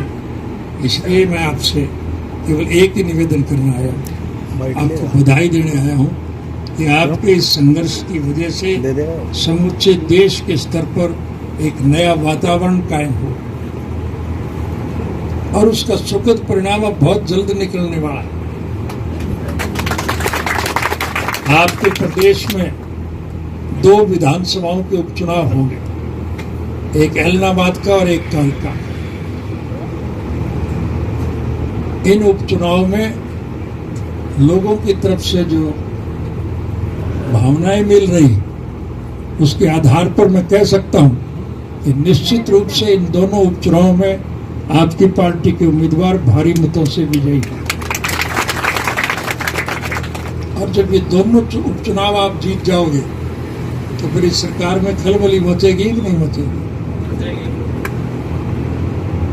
इनके वजीर छोड़ के जाएंगे, इनके विधायक छोड़ के जाएंगे। और आज हालत ये है कि हरियाणा प्रदेश के मुख्यमंत्री को उसके अपने विधानसभा क्षेत्र करनाल में उसके हेलीकॉप्टर को लोगों ने उतरने नहीं दिया था। जय जवान, जय किसान, जय जवान, जय किसान। आज लोगों ने एक मन बना लिया, गांव-गांव में बोर्ड लगा दिए हैं कि आप हमारे गांव में नहीं आएंगे। किसी वजीर, ये जब हालत देश में व्यापक है तो फिर ये 2 उपचुनाव के परिणाम निकलने के बाद इनमें भगदड़ मचेगी कि नहीं मचेगी। और जब लोग इनको छोड़ के जाएंगे तो फिर अल्पमत की सरकार तो सरकार नहीं चला सकती। तो फिर निश्चित रूप से हरियाणा विधानसभा भंग हो और सरकार भंग नहीं रह सकती, सरकार तो बननी होती है। इसलिए निश्चित रूप से मध्यावधि चुनाव, फिर आपको 4 साल इस प्रशासन को और नहीं भुगतना पड़ेगा। मध्यावधि चुनाव जब होंगे तो फिर मेरे कहने की आवश्यकता नहीं। आज तो हरियाणा प्रदेश की दीवार पे एक बात लिखी जा चुकी है। तो जब भी हरियाणा प्रदेश में चुनाव होंगे, इंडियन नेशनल लोकदल पार्टी की सरकार बनेगी। ये असलियत है कि नहीं? ये मैं नहीं कह रहा हूं, आज तो विरोधी भी इस बात को मान करके चल रहे। इसलिए आपका ये जो संगठन है, इसकी वजह से हालात बने, तो मैं आपको पुनः बधाई देता हूं और आपको विश्वास दिलाता हूं कि आपके आंदोलन की वजह से आपको निश्चित रूप से सफलता मिलेगी। ये काले कानून जो हैं, इसके लिए हमें धरना और प्रदर्शन करने की आवश्यकता नहीं। सरकार बनने के बाद हम अपनी मन के हिसाब से कानून बनाएंगे। ये कानून अपने आप हम रद्द कर देंगे, आपको चिंता करने की जरूरत नहीं। इस सब के लिए मैं आपका फिर आभार व्यक्त करता हूँ और आपको मेरी बात पर यकीन करने की जरूरत नहीं। आज तो आम आदमी की जबान पे बात है। विरोधी भी ये मान के चल रहे हैं कि जब भी चुनाव होंगे आपकी पार्टी की सरकार बनेगी, और वो इसलिए है कि चुनी हुई सरकार की जिम्मेवारी होती है लोगों के जनहित के काम करना। हरियाणा प्रदेश के मौजूदा मुख्यमंत्री ने मुख्यमंत्री का पदभार संभालने के बाद एक घोषणा की थी कि मुख्यमंत्री निवास पर हमारी खिड़की पे आके जो कोई दरख्वास्त देगा हम उसका काम करेंगे। कही थी कि नहीं कही? मुझे एक दफा चंडीगढ़ जाने का मौका मिला और मैं किसी मित्र से मिलने जा रहा था, और वो मित्र मेरे पास ही बैठे हैं। नफे सिंह जी की कोठी है वहाँ। इनसे मिलने के लिए जब मुझे जाना था तो वो सड़क मुख्यमंत्री निवास के आगे से जाती है। मैंने वो देखा, मुख्यमंत्री की खिड़की सुनी पड़ी, वहां पर कोई आदमी नहीं था। मैंने गाड़ी रोक करके लोगों से पूछा, भाई किसी के काम होते हैं? बताया कि नहीं होते। सरकार की जिम्मेवारी होती है लोगों के काम करना। हमने उस परंपरा को बदल दिया था। आपने जब हमारी सरकार बनाई थी तो लोग सरकार के चक्कर ना काटे, सरकार लोगों के पास आती थी कि नहीं आती? सरकार आपके द्वार कार्यक्रम के तहत मैं हरियाणा प्रदेश के एक एक गांव में हर साल जाता था कि नहीं जाता था? और गांव के लोगों की तरफ से जो मांग रखी जाती थी वो मांग हम हाथ की हाथ पूरी करते थे कि नहीं करते थे?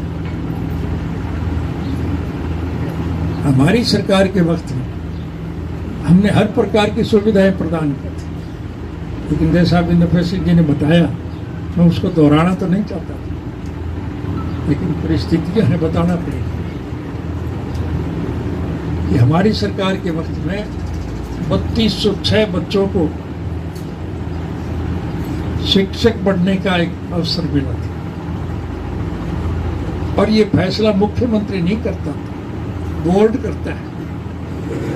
लेकिन मेरे जुम्मे लगा करके कि ये गलत निर्णय मुख्यमंत्री ने लिया, तो उसकी वजह से मुझे 10 साल की सजा हुई, क्योंकि एक नालायक सुपरिटेंडेंट पुलिस था हरियाणा, और उस नालायक सुपरिटेंडेंट पुलिस का एक बेटा नालायक जज बन गया था, और उसके यहाँ मेरा केस था। कोई भी एक भी गवाही मेरे खिलाफ ऐसी नहीं थी कि हमने किसी को नौकरी देने के नाम पर 10 रुपए भी लिए। कोई शिकायत नहीं, बगैर किसी शहादत के, बगैर किसी गवाही के मुझे 10 वर्ष की सजा दी गई। और जिन बच्चों को हमने नौकरी दिलवाई थी उनकी प्रमोशन होगी, उनकी तो तरक्की होगी, और मैं अब भी सजा भुगत रहा हूं। और सजा पूरी होने के बाद भी मुझे ये छोड़ नहीं रहे। अस्पताल से भी रात के 12 बजे निकाल करके मुझे जेल भेज देते हैं। भला कब तक करेंगे? आज भी मैं पैरोल पे हूँ। अभी जैसा नफे सिंह जी ने बताया कि लोग डरते होंगे कि भाई बयान पता नहीं मेरे खिलाफ प्रेस के साथ ही किस किस्म की खबर छा, और वो अदालत में पेश करेंगे, वो भी यही कहेंगे कि ये तो राजनीतिक चर्चा करते हैं। करेंगे, मुझे कोई फर्क नहीं। मैं आपको वायदा दे करके जा रहा हूँ, की हुई बात को दोहराना मेरी आदत नहीं। नए सिरे से नया निर्णय लें, उसके लिए मैं आपसे एक निवेदन कर रहा हूँ।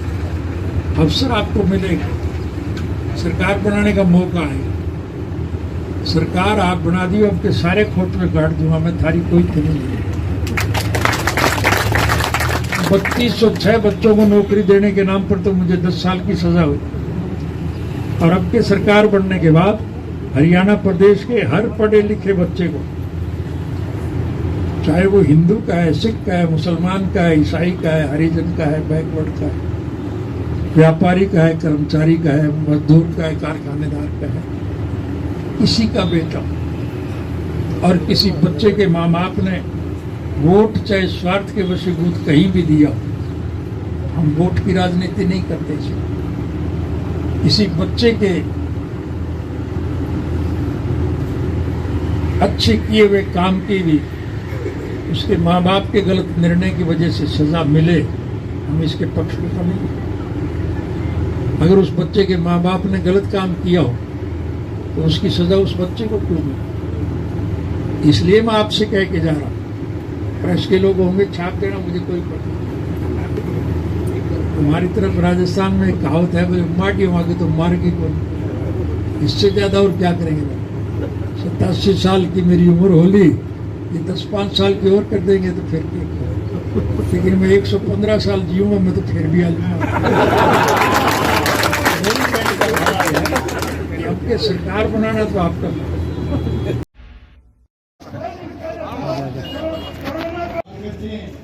के साथ इंडियन नेशनल लोकदल पार्टी के और पूर्व विधायक है हमारे गज्जर जिले के बादरगढ़ विधानसभा के, वो भी उनके साथ है, उनका भी तालियां बजाकर। कई बार मुख्यमंत्री रह करके किसानों की और आम आदमी की सेवा में रहने वाले आदरणीय चौधरी ओम प्रकाश चौटाला जी, गुड़िया खाप के प्रधान भाई विनोद गुड़िया जी, सभी खापों के प्रधान और इस धरना सदन पर बैठे हुए सभी किसान और मजदूर साथियों, माता और बहनों, बुजुर्गों, दोस्तों, मैं तो आपके बीच में कई दफा आया हूं पहले भी कि वो अपने विधायक पद से या सांसद पद से इस्तीफा देकर के किसानों के बीच में आए। चौधरी देवीलाल जी की उस नीति की बदौलत जो उन्होंने 35-36 साल पहले हरियाणा की पानी की लड़ाई लड़ने के लिए त्याग पत्र दिया था, उसी बात को दोहराते हुए भाई अभय सिंह चौटाला जी ने त्याग पत्र दिया किसानों के हित में और त्याग पत्र देकर के किसानों के बीच में आ गए। ये चौधरी आदरणीय चौटाला साहब से निवेदन करूंगा कि वो संबोधित करें और अपना आशीर्वाद किसानों को दें ताकि किसानों की लड़ाई को मजबूती से लड़ा जा सके। धन्यवाद। ये देश का हीरो है, चमकेगा कि वो जनहित के कामों में रुचि ले, लोगों की मूलभूत जरूरियात पूरी करे। स्वर्गीय चौधरी देवीलाल जी ने सारी उम्र एक ही बात को लेकर के संघर्ष किया कि लोगों की मूलभूत जरूरियात, रोजी रोटी, कपड़ा, मकान, शिक्षा और स्वास्थ्य का प्रबंध सरकार की तरफ से किया।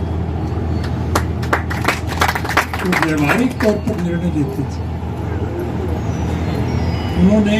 आपने कभी किसी ने सोचा ही नहीं होगा कि इस देश में वृद्धावस्था पेंशन भी मुकर हो जाएगी, लेकिन स्वर्गीय चौधरी देवीलाल जब मुख्यमंत्री के तौर पर जाते थे तो सरकारी तौर पे उनके कार्यक्रम चाहे कैसे हों, वो तो अपने हिसाब से गांव के बीच में जाया करते थे और गांव के बीच में बैठ करके लोगों से मिला करते थे। वे गांव में गए, एक बूढ़ा बुजुर्ग चारपाई पर लेटा हुआ था, बीमार सिखाई।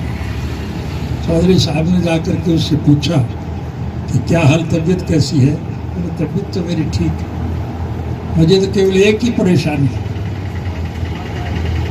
कि बेटी ससुराल जा रही है और उसको देने के लिए मेरी जेब में 5-10 रुपए भी नहीं। स्वर्गीय चौधरी देवीलाल जी ने उसी वक्त निर्णय लिया और सरकार को हिदायत की कि 100 रुपया महीना वृद्धावस्था पेंशन मुकर की जाए।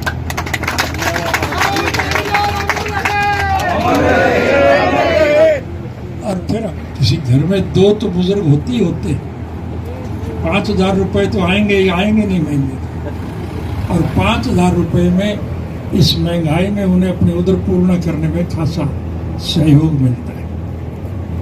सरकार आपकी बढ़ेगी, मेरे कहने की आवश्यकता नहीं, तो लोगों की जबान पर है।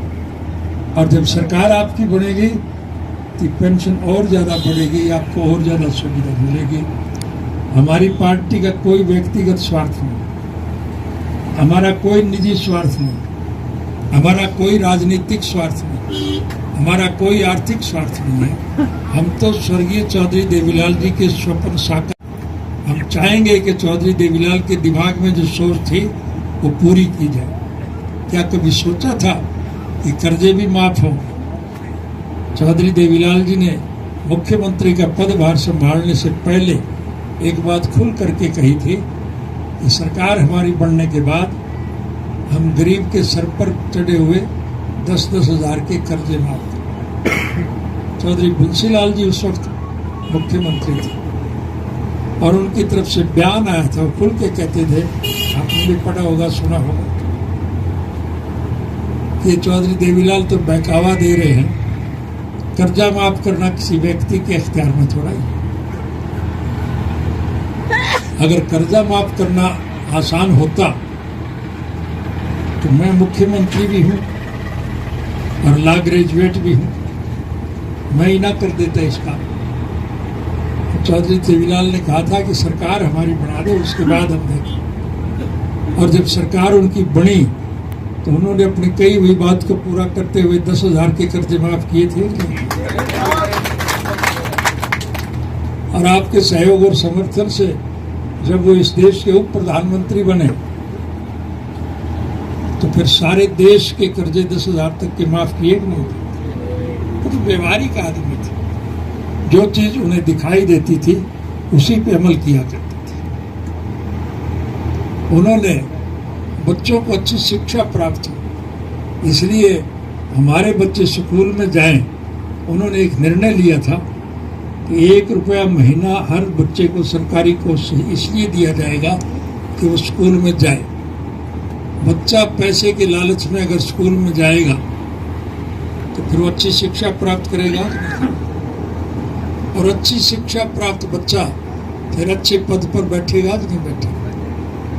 और जब गांव का बच्चा ऊंचे पद पर बैठेगा तो गांव की भलाई की बात सोचेगा कि नहीं सोचेगा।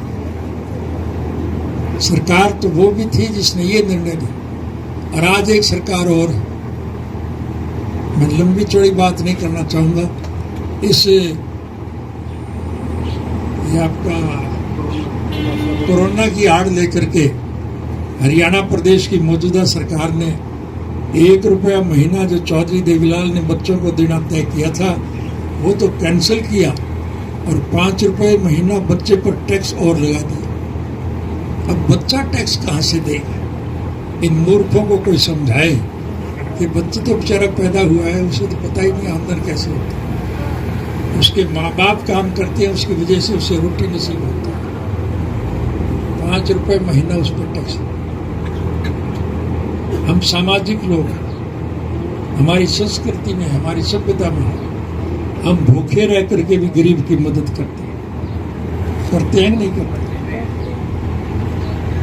और उस कोरोना की वजह से जो लोगों को दिक्कत और कठिनाई आ रही है, आज सार्वजनिक संस्थानों की तरफ से, गुरुद्वारों की तरफ से, मंदिरों की तरफ से, मस्जिदों की तरफ से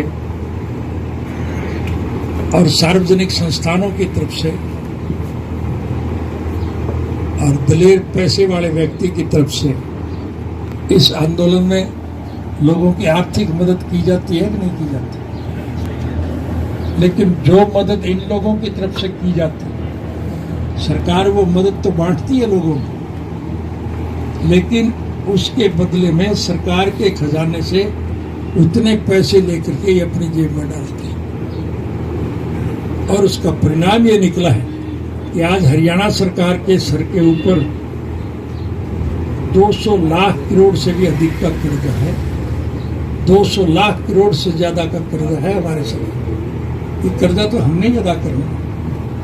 ये सत्ता में बने हुए लोग तो चले जाएंगे, लेकिन पैसा तो सरकार को देना पड़ेगा।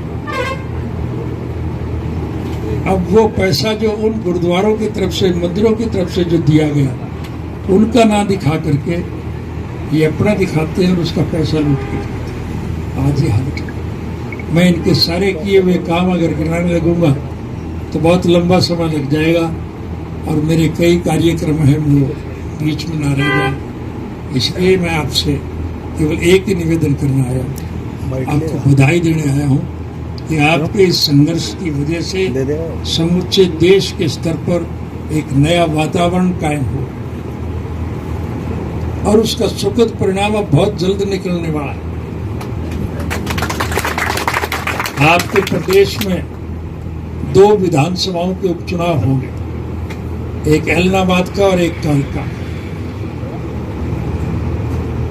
इन उपचुनाव में लोगों की तरफ से जो भावनाएं मिल रही, उसके आधार पर मैं कह सकता हूं कि निश्चित रूप से इन दोनों उपचुनाव में आपकी पार्टी के उम्मीदवार भारी मतों से विजयी हैं। और जब ये दोनों उपचुनाव आप जीत जाओगे तो फिर इस सरकार में खलबली मचेगी कि नहीं मचेगी? इनके वजीर छोड़ के जाएंगे, इनके विधायक छोड़ के जाएंगे। और आज हालत ये है कि हरियाणा प्रदेश के मुख्यमंत्री को उसके अपने विधानसभा क्षेत्र करनाल में उसके हेलीकॉप्टर को तो लोगों ने उतरने नहीं दिया था। जय जवान जय किसान, जय जवान जय किसान। आज लोगों ने एक मन बना लिया, गांव-गांव में बोर्ड लगा दिए हैं कि आप हमारे गांव में नहीं आए। इसी वजीर, ये जब हालत देश में व्यापक है तो फिर ये 2 उपचुनाव के परिणाम निकलने के बाद इनमें भगदड़ मचेगी कि नहीं मचेगी? और जब लोग इनको छोड़ के जाएंगे तो फिर अल्पमत की सरकार तो सरकार नहीं चला सकती। तो फिर निश्चित रूप से हरियाणा विधानसभा भंग हो, और सरकार भंग नहीं रह सकती, सरकार तो बननी होती। इसलिए निश्चित रूप से मध्यावधि चुनाव, फिर आपको 4 साल इस कुशासन को और नहीं भुगतना पड़ेगा। मध्यावधि चुनाव जब होंगे तो फिर मेरे कहने की आवश्यकता नहीं। आज तो हरियाणा प्रदेश की दीवार पे एक बात लिखी जा चुकी है, तो जब भी हरियाणा प्रदेश में चुनाव होंगे इंडियन नेशनल लोकदल पार्टी की सरकार बनेगी। ये असलियत है कि नहीं? ये मैं नहीं कह रहा हूं, आज तो विरोधी भी इस बात को मान करके चल रहे हैं। इसलिए आपका ये जो संगठन है, इसकी वजह से हालात बने, तो मैं आपको पुनः बधाई देता हूं और आपको विश्वास दिलाता हूं कि आपके आंदोलन की वजह से आपको निश्चित रूप से सफलता मिलेगी। ये काले कानून जो हैं, इसके लिए हमें धरना और प्रदर्शन करने की आवश्यकता नहीं। सरकार बनने के बाद हम अपनी मन के हिसाब से कानून बनाएंगे। ये कानून अपने आप हम रद्द कर देंगे, आपको चिंता करने की। इस सब के लिए मैं आपका फिर आभार व्यक्त करता हूँ और आपको मेरी बात पर यकीन करने की जरूरत नहीं। आज तो आम आदमी की जुबान पे एक बात है, विरोधी भी ये मान के चल रहे हैं कि जब भी चुनाव होंगे आपकी पार्टी की सरकार बनेगी। और वो इसलिए है कि चुनी हुई सरकार की जिम्मेवारी होती है लोगों के जनहित के काम करना। हरियाणा प्रदेश के मौजूदा मुख्यमंत्री ने मुख्यमंत्री का पदभार संभालने के बाद एक घोषणा की थी कि मुख्यमंत्री निवास पर हमारी खिड़की पे आके जो कोई दरख्वास्त देगा हम उसका काम करेंगे। कही थी कि नहीं कही? मुझे एक दफा चंडीगढ़ जाने का मौका मिला और मैं किसी मित्र से मिलने जा रहा था और वो मित्र मेरे पास ही बैठे हैं, नफे सिंह जी की कोठी है। इनसे मिलने के लिए जब मुझे जाना था तो वो सड़क मुख्यमंत्री निवास के आगे से जाती है। मैंने वो देखा, मुख्यमंत्री की खिड़की सुनी पड़ी, वहां पर कोई आदमी नहीं था। मैंने गाड़ी रोक करके लोगों से पूछा, भाई किसी के काम होते हैं? बताएंगे नहीं होते। सरकार की जिम्मेवारी होती है लोगों के काम करना। हमने उस परंपरा को बदल दिया था। आपने जब हमारी सरकार बनाई थी तो लोग सरकार के चक्कर ना काटे, सरकार लोगों के पास आती थी कि नहीं आती? सरकार आपके द्वार कार्यक्रम के तहत मैं हरियाणा प्रदेश के एक एक गांव में हर साल जाता था कि नहीं जाता? और गांव के लोगों की तरफ से जो मांग रखी जाती थी वो मांग हम हाथ की हाथ पूरी करते थे कि नहीं करते थे?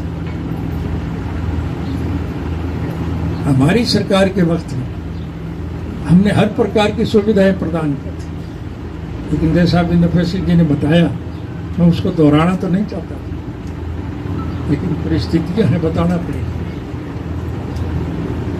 कि हमारी सरकार के वक्त में 3206 बच्चों को शिक्षक बनने का एक अवसर मिला था। और ये फैसला मुख्यमंत्री नहीं करता, बोर्ड करता है। लेकिन मेरे जुम्मे लगा करके कि ये गलत निर्णय मुख्यमंत्री ने लिया, तो उसकी वजह से मुझे 10 साल की सजा हुई, क्योंकि एक नालायक सुपरिटेंडेंट पुलिस था हरियाणा, और उस नालायक सुपरिटेंडेंट पुलिस का एक बेटा नालायक जज बन गया था और उसके यहाँ मेरा केस था। कोई भी एक भी गवाही मेरे खिलाफ ऐसी नहीं थी कि हमने किसी को नौकरी देने के नाम पर 10 रुपए भी दिए, कोई शिकायत नहीं, बगैर किसी शहादत के, बगैर किसी गवाही के मुझे 10 वर्ष की सजा दी गई। और जिन बच्चों को हमने नौकरी दिलवाई थी उनकी प्रमोशन होगी, उनकी तो तरक्की होगी, और मैं अब भी सजा भुगत रहा हूं। और सजा पूरी होने के बाद भी मुझे ये छोड़ नहीं रहे, अस्पताल से भी रात के 12 बजे निकाल करके मुझे जेल भेज देते। भला कब तक करेंगे? आज भी मैं पैरोल पे हूं। अभी जैसा नपे सिंह जी ने बताया कि लोग डरते होंगे कि भाई बयान पता नहीं मेरे खिलाफ प्रेस के साथ किस किस्म की खबर छाप, और वो अदालत में पेश करेंगे, वो भी यही कहेंगे कि ये तो राजनीतिक चर्चा करते हैं। करेंगे, मुझे कोई फर्क नहीं। मैं आपको वायदा दे करके जा रहा हूँ, की हुई बात को दोहराना मेरी आदत नहीं। नए सिरे से नया निर्णय लें, उसके लिए मैं आपसे एक निवेदन करने आया हूं। अवसर आपको मिलेगा, सरकार बनाने का मौका है। सरकार आप बना दी, आपके सारे खोट में काट दूंगा मैं, थारी कोई कमी नहीं। 3206 बच्चों को नौकरी देने के नाम पर तो मुझे 10 साल की सजा हुई, और अब के सरकार बनने के बाद हरियाणा प्रदेश के हर पढ़े लिखे बच्चे को, चाहे वो हिंदू का है, सिख का है, मुसलमान का है, ईसाई का है, हरिजन का है, बैकवर्ड का है, व्यापारी का है, कर्मचारी का है, मजदूर का है, कारखानेदार का है, किसी का बेटा और किसी बच्चे के माँ बाप ने वोट चाहे स्वार्थ के वशीभूत कहीं भी दिया, हम वोट की राजनीति नहीं करते थे। किसी बच्चे के अच्छे किए हुए काम की भी उसके माँ बाप के गलत निर्णय की वजह से सजा मिले, हम इसके पक्ष में तो नहीं। अगर उस बच्चे के माँ बाप ने गलत काम किया हो तो उसकी सजा उस बच्चे को क्यों मिले? इसलिए मैं आपसे कह के जा रहा हूं, प्रेस के लोग होंगे छाप देना, मुझे कोई पता नहीं। हमारी तरफ राजस्थान में एक कहावत है, भाई मार के वहां के तो मार के कौन, इससे ज्यादा और क्या करेंगे? 87 साल की मेरी उम्र होली, ये 10-5 साल की और कर देंगे तो फिर क्या? लेकिन मैं 115 साल जीऊंगा, मैं तो फिर भी आ जाऊंगा। आपके सरकार बनाना तो आपका, सरकार बनने के बाद हर बच्चे को हम नौकरी देंगे, हर बच्चे। मैं उसे चाहे बाद में मुझे इसके लिए फांसी टूटना पड़े, मुझे इसकी कोई चिंता नहीं। इसलिए ये सारा काम आपकी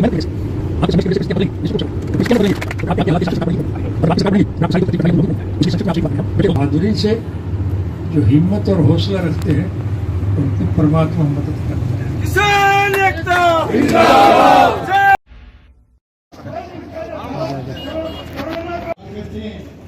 के साथ इंडियन नेशनल लोकदल पार्टी के और पूर्व विधायक है हमारे गज्जर जिले के बादरगढ़ विधानसभा के, वो भी उनके साथ है, उनका भी तालियां बजाकर। कई बार मुख्यमंत्री रह करके किसानों की और आम आदमी की सेवा में रहने वाले आदरणीय चौधरी ओम प्रकाश चौटाला जी, गुड़िया खाप के प्रधान भाई विनोद गुड़िया जी, सभी खापों के प्रधान और इस धरना सदन पर बैठे हुए सभी किसान और मजदूर साथियों, माता और बहनों, बुजुर्गों, दोस्तों, मैं तो आपके बीच में कई दफा आया हूं पहले भी, कि वो अपने विधायक पद से या सांसद पद से इस्तीफा देकर के किसानों के बीच में आए। चौधरी देवीलाल जी की उस नीति की बदौलत जो उन्होंने 35-37 साल पहले हरियाणा की पानी की लड़ाई लड़ने के लिए त्याग पत्र दिया था, उसी बात को दोहराते हुए भाई अभय सिंह चौटाला जी ने त्याग पत्र दिया किसानों के हित में, और त्याग पत्र देकर के किसानों के बीच में आ गए। ये चौधरी आदरणीय चौटाला साहब से निवेदन करूंगा कि वो संबोधित करें और अपना आशीर्वाद किसानों को दे, ताकि किसानों की लड़ाई को मजबूती से लड़ा जा सके। धन्यवाद। ये देश का हीरो है, चमकेगा कि वो जनहित के कामों में रुचि ले, लोगों की मूलभूत जरूरियात पूरी। स्वर्गीय चौधरी देवीलाल जी ने सारी उम्र एक ही बात को लेकर के संघर्ष किया कि लोगों की मूलभूत जरूरियात, रोजी रोटी, कपड़ा, मकान, शिक्षा और स्वास्थ्य का प्रबंध सरकार की तरफ से किया। तो व्यवहारिक तौर पर निर्णय लेते थे, उन्होंने, आपने कभी किसी ने सोचा ही नहीं होगा कि इस देश में वृद्धावस्था पेंशन भी मुकर हो जाएगी। लेकिन स्वर्गीय चौधरी देवीलाल जब कभी मुख्यमंत्री के तौर पर जाते थे तो सरकारी तौर पे उनके कार्यक्रम चाहे कैसे हों, वो तो अपने हिसाब से गांव के बीच में जाया करते थे और गांव के बीच में बैठ करके लोगों से मिला करते थे। वे गांव में गए, एक बूढ़ा बुजुर्ग चारपाई पर लेटा हुआ था, बीमार सिखाई दिया। चौधरी साहब ने जाकर के उससे पूछा कि क्या हाल, तबीयत कैसी है? तबीयत तो मेरी ठीक है, मुझे तो केवल एक ही परेशानी है कि बेटी ससुराल जा रही है और उसको देने के लिए मेरी जेब में 5-10 रुपए भी नहीं। स्वर्गीय चौधरी देवीलाल जी ने उसी वक्त निर्णय लिया और सरकार को हिदायत की कि 100 रुपया महीना वृद्धावस्था पेंशन मुकर की जाए।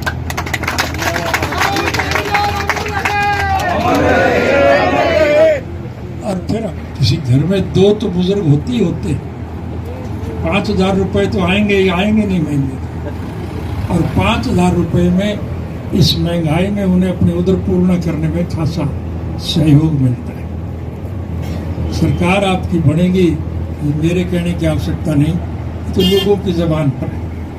और जब सरकार आपकी बढ़ेगी तो पेंशन और ज़्यादा बढ़ेगी, आपको और ज़्यादा सुविधा मिलेगी। हमारी पार्टी का कोई व्यक्तिगत स्वार्थ नहीं, हमारा कोई निजी स्वार्थ नहीं, हमारा कोई राजनीतिक स्वार्थ नहीं, हमारा कोई आर्थिक स्वार्थ नहीं है। हम तो स्वर्गीय चौधरी देवीलाल जी के स्वप्न साकार, हम चाहेंगे कि चौधरी देवीलाल के दिमाग में जो सोच थी वो पूरी की जाए। क्या कभी सोचा था कि कर्जे भी माफ होंगे? चौधरी देवीलाल जी ने मुख्यमंत्री का पदभार संभालने से पहले एक बात खुल करके कही थी कि सरकार हमारी बनने के बाद हम गरीब के सर पर चढ़े हुए 10-10 हज़ार के कर्जे माफ करें। चौधरी बंसीलाल जी उस वक्त मुख्यमंत्री थे और उनकी तरफ से बयान आया था, वो खुल के कहते थे, आपने भी पढ़ा होगा, सुना होगा, कि चौधरी देवीलाल तो बहकावा दे रहे हैं, कर्जा माफ करना किसी व्यक्ति के इख्तियार में थोड़ा ही। अगर कर्जा माफ करना आसान होता तो मैं मुख्यमंत्री भी हूं और लॉ ग्रेजुएट भी हूं, मैं ही ना कर देता इस काम।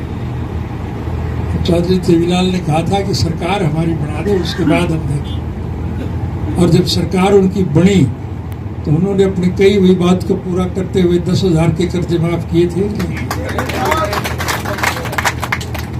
और आपके सहयोग और समर्थन से जब वो इस देश के उप प्रधानमंत्री बने तो फिर सारे देश के कर्जे 10,000 तक के माफ किए नहीं थे। वो तो व्यवहारिक आदमी थे, जो चीज उन्हें दिखाई देती थी उसी पे अमल किया करते थे। उन्होंने बच्चों को अच्छी शिक्षा प्राप्त हो, इसलिए हमारे बच्चे स्कूल में जाएं। उन्होंने एक निर्णय लिया था कि 1 रुपया महीना हर बच्चे को सरकारी कोष से इसलिए दिया जाएगा कि वो स्कूल में जाए। बच्चा पैसे के लालच में अगर स्कूल में जाएगा तो फिर वो अच्छी शिक्षा प्राप्त करेगा, और अच्छी शिक्षा प्राप्त बच्चा फिर अच्छे पद पर बैठेगा कि नहीं बैठेगा। और जब गांव का बच्चा ऊंचे पद पर बैठेगा तो गांव की भलाई की बात सोचेगा कि नहीं सोचेगा। सरकार तो वो भी थी जिसने ये निर्णय लिया, और आज एक सरकार और है। मैं लंबी चौड़ी बात नहीं करना चाहूंगा। इस ये आपका कोरोना की आड़ लेकर के हरियाणा प्रदेश की मौजूदा सरकार ने 1 रुपया महीना जो चौधरी देवीलाल ने बच्चों को देना तय किया था वो तो कैंसिल किया, और 5 रुपये महीना बच्चे पर टैक्स और लगा दिया। अब बच्चा टैक्स कहाँ से देगा? इन मूर्खों को कोई समझाए कि बच्चे तो बेचारा पैदा हुआ है, उसे तो पता ही नहीं आमदन कैसे होती है। उसके माँ बाप काम करते हैं, उसकी वजह से उसे रोटी नसीब होती है। 5 रुपये महीना उस पर टैक्स। हम सामाजिक लोग हैं, हमारी संस्कृति में, हमारी सभ्यता में हम भूखे रह करके भी गरीब की मदद करते हैं कि नहीं करते? और उस कोरोना की वजह से जो लोगों को दिक्कत और कठिनाई आ रही है, आज सार्वजनिक संस्थानों की तरफ से, गुरुद्वारों की तरफ से, मंदिरों की तरफ से, मस्जिदों की तरफ से और सार्वजनिक संस्थानों की तरफ से और दलेर पैसे वाले व्यक्ति की तरफ से इस आंदोलन में लोगों की आर्थिक मदद की जाती है कि नहीं की जाती? लेकिन जो मदद इन लोगों की तरफ से की जाती है, सरकार वो मदद तो बांटती है लोगों को, लेकिन उसके बदले में सरकार के खजाने से उतने पैसे लेकर के ये अपनी जेब में डालती है। और उसका परिणाम ये निकला है कि आज हरियाणा सरकार के सर के ऊपर 200 लाख करोड़ से भी अधिक का कर्जा है। 200 लाख करोड़ से ज्यादा का कर्जा है हमारे सरकार। ये कर्जा तो हमने ही अदा करना है। ये सत्ता में बने हुए लोग तो चले जाएंगे, लेकिन पैसा तो सरकार को देना पड़ेगा। अब वो पैसा जो उन गुरुद्वारों की तरफ से, मंदिरों की तरफ से जो दिया गया, उनका ना दिखा करके ये अपना दिखाते हैं और उसका पैसा लूट के खाते हैं। आज ये हालत है। मैं इनके सारे किए हुए काम अगर गिनाने लगूंगा तो बहुत लंबा समय लग जाएगा और मेरे कई कार्यक्रम हैं वो बीच में ना रह जाए। इसलिए मैं आपसे केवल एक ही निवेदन करना आया, आपको बधाई देने आया हूँ कि आपके इस संघर्ष की वजह से समूचे देश के स्तर पर एक नया वातावरण कायम हो और उसका सुखद परिणाम अब बहुत जल्द निकलने वाला है। आपके प्रदेश में 2 विधानसभाओं के उपचुनाव होंगे, एक एलनाबाद का और एक कालका। इन उपचुनाव में लोगों की तरफ से जो भावनाएं मिल रही, उसके आधार पर मैं कह सकता हूं कि निश्चित रूप से इन दोनों उपचुनाव में आपकी पार्टी के उम्मीदवार भारी मतों से विजयी हैं। और जब ये दोनों उपचुनाव आप जीत जाओगे तो फिर इस सरकार में खलबली मचेगी कि नहीं मचेगी?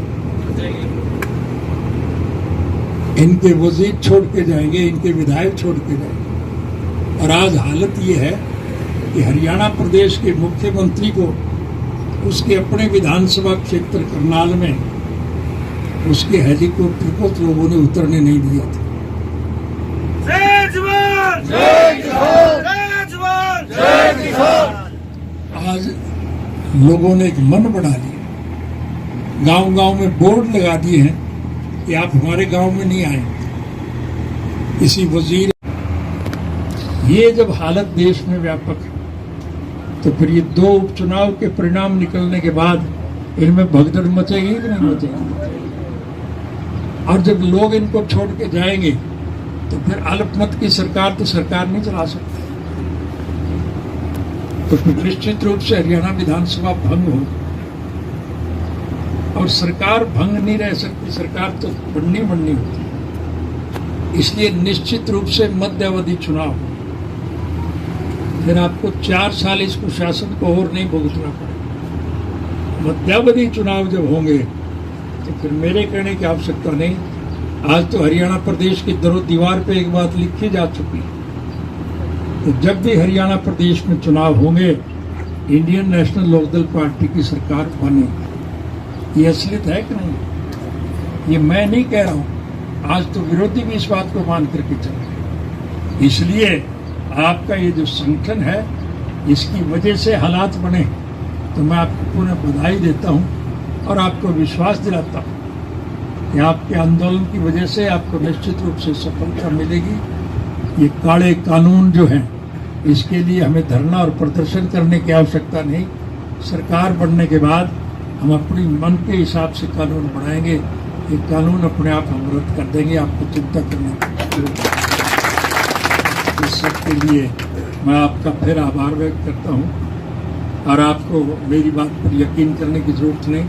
आज तो आम आदमी की जुबान पे बात है, विरोधी भी ये मान के चल रहे हैं कि जब भी चुनाव होंगे आपकी पार्टी की सरकार बनेगी। और वो इसलिए है चुनी हुई सरकार की जिम्मेवारी होती है लोगों के जनहित के काम करना। हरियाणा प्रदेश के मौजूदा मुख्यमंत्री ने मुख्यमंत्री का पदभार संभालने के बाद एक घोषणा की थी कि मुख्यमंत्री निवास पर हमारी खिड़की पे आके जो कोई दरख्वास्त देगा हम उसका काम करेंगे। कही थी कि नहीं की?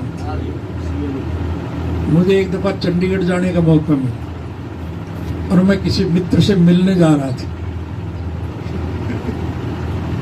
और वो मित्र मेरे पास ही बैठे हैं, नफे सिंह जी की कोठी है वहाँ। इनसे मिलने के लिए जब मुझे जाना था तो वो सड़क मुख्यमंत्री निवास के आगे से जाती है। मैंने वो देखा, मुख्यमंत्री की खिड़की सुनी पड़ी, वहां पर कोई आदमी नहीं था। मैंने गाड़ी रोक करके लोगों से पूछा, भाई किसी के काम होते हैं? बताएंगे नहीं होते। सरकार की जिम्मेवारी होती है लोगों के काम करना। हमने उस परंपरा को बदल दिया था। आपने जब हमारी सरकार बनाई,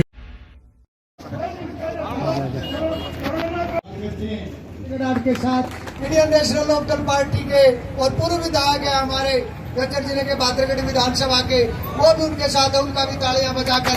कई बार मुख्यमंत्री रह करके किसानों की और आम आदमी की सेवा में रहने वाले आदरणीय चौधरी ओम प्रकाश चौटाला जी, गुड़िया खाप के प्रधान भाई विनोद गुड़िया जी, सभी खापों के प्रधान और इस धरना सदन पर बैठे हुए सभी किसान और मजदूर साथियों, माता और बहनों, बुजुर्गों, दोस्तों, मैं तो आपके बीच में कई दफा आया हूं पहले भी कि वो अपने विधायक पद से या सांसद पद से इस्तीफा दे करके किसानों के बीच में आए। चौधरी देवीलाल जी की उस नीति की बदौलत जो उन्होंने 35-36 साल पहले हरियाणा की पानी की लड़ाई लड़ने के लिए त्याग पत्र दिया था, उसी बात को दोहराते हुए भाई अभय सिंह चौटाला जी ने त्याग पत्र दिया किसानों के हित में और त्याग पत्र देकर के किसानों के बीच में आ गए।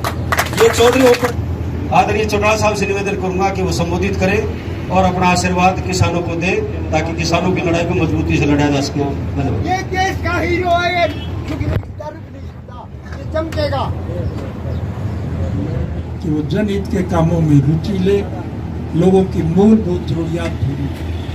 स्वर्गीय चौधरी देवीलाल जी ने सारी उम्र एक ही बात को लेकर के संघर्ष किया कि लोगों की मूलभूत जरूरियात, रोजी रोटी, कपड़ा, मकान, शिक्षा और स्वास्थ्य का प्रबंध सरकार की तरफ से किया।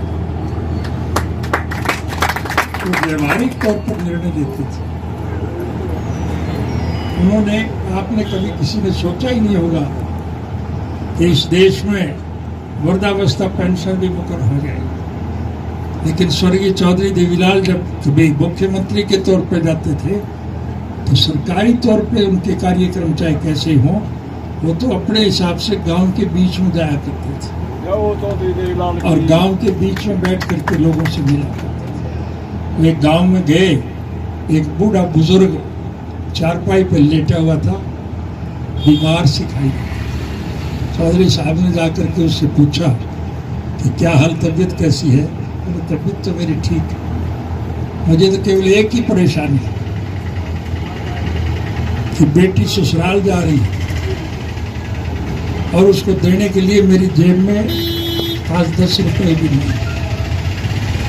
स्वर्गीय चौधरी देवीलाल जी ने उसी वक्त निर्णय लिया और सरकार को हिदायत की कि 100 रुपया महीना वृद्धावस्था पेंशन मुकर्रर की जाए।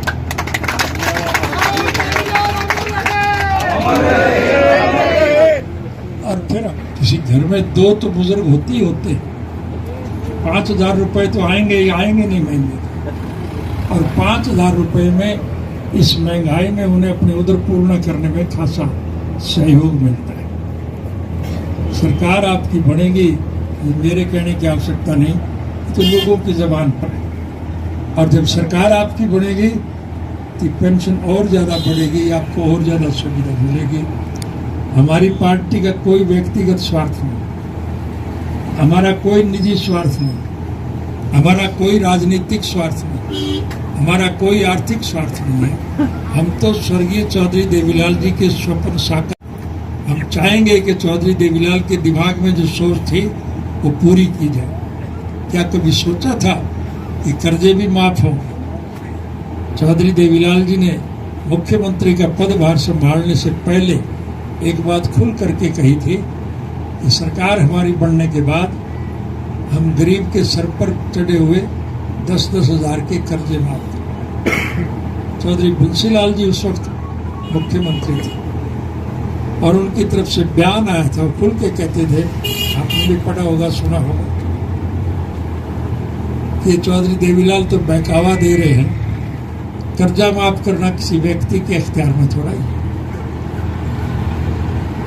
अगर कर्जा माफ करना आसान होता तो मैं मुख्यमंत्री भी हूं और लॉ ग्रेजुएट भी हूं, मैं ही ना कर देता इस काम। चौधरी देवीलाल ने कहा था कि सरकार हमारी बना दे, उसके बाद हम देखें। और जब सरकार उनकी बनी तो उन्होंने अपनी कही हुई बात को पूरा करते हुए 10,000 के कर्जे माफ किए थे। और आपके सहयोग और समर्थन से जब वो इस देश के उप प्रधानमंत्री बने तो फिर सारे देश के कर्जे 10,000 तक के माफ किए कि नहीं थे। तो व्यवहारिक आदमी थे, जो चीज उन्हें दिखाई देती थी उसी पे अमल किया करते थे।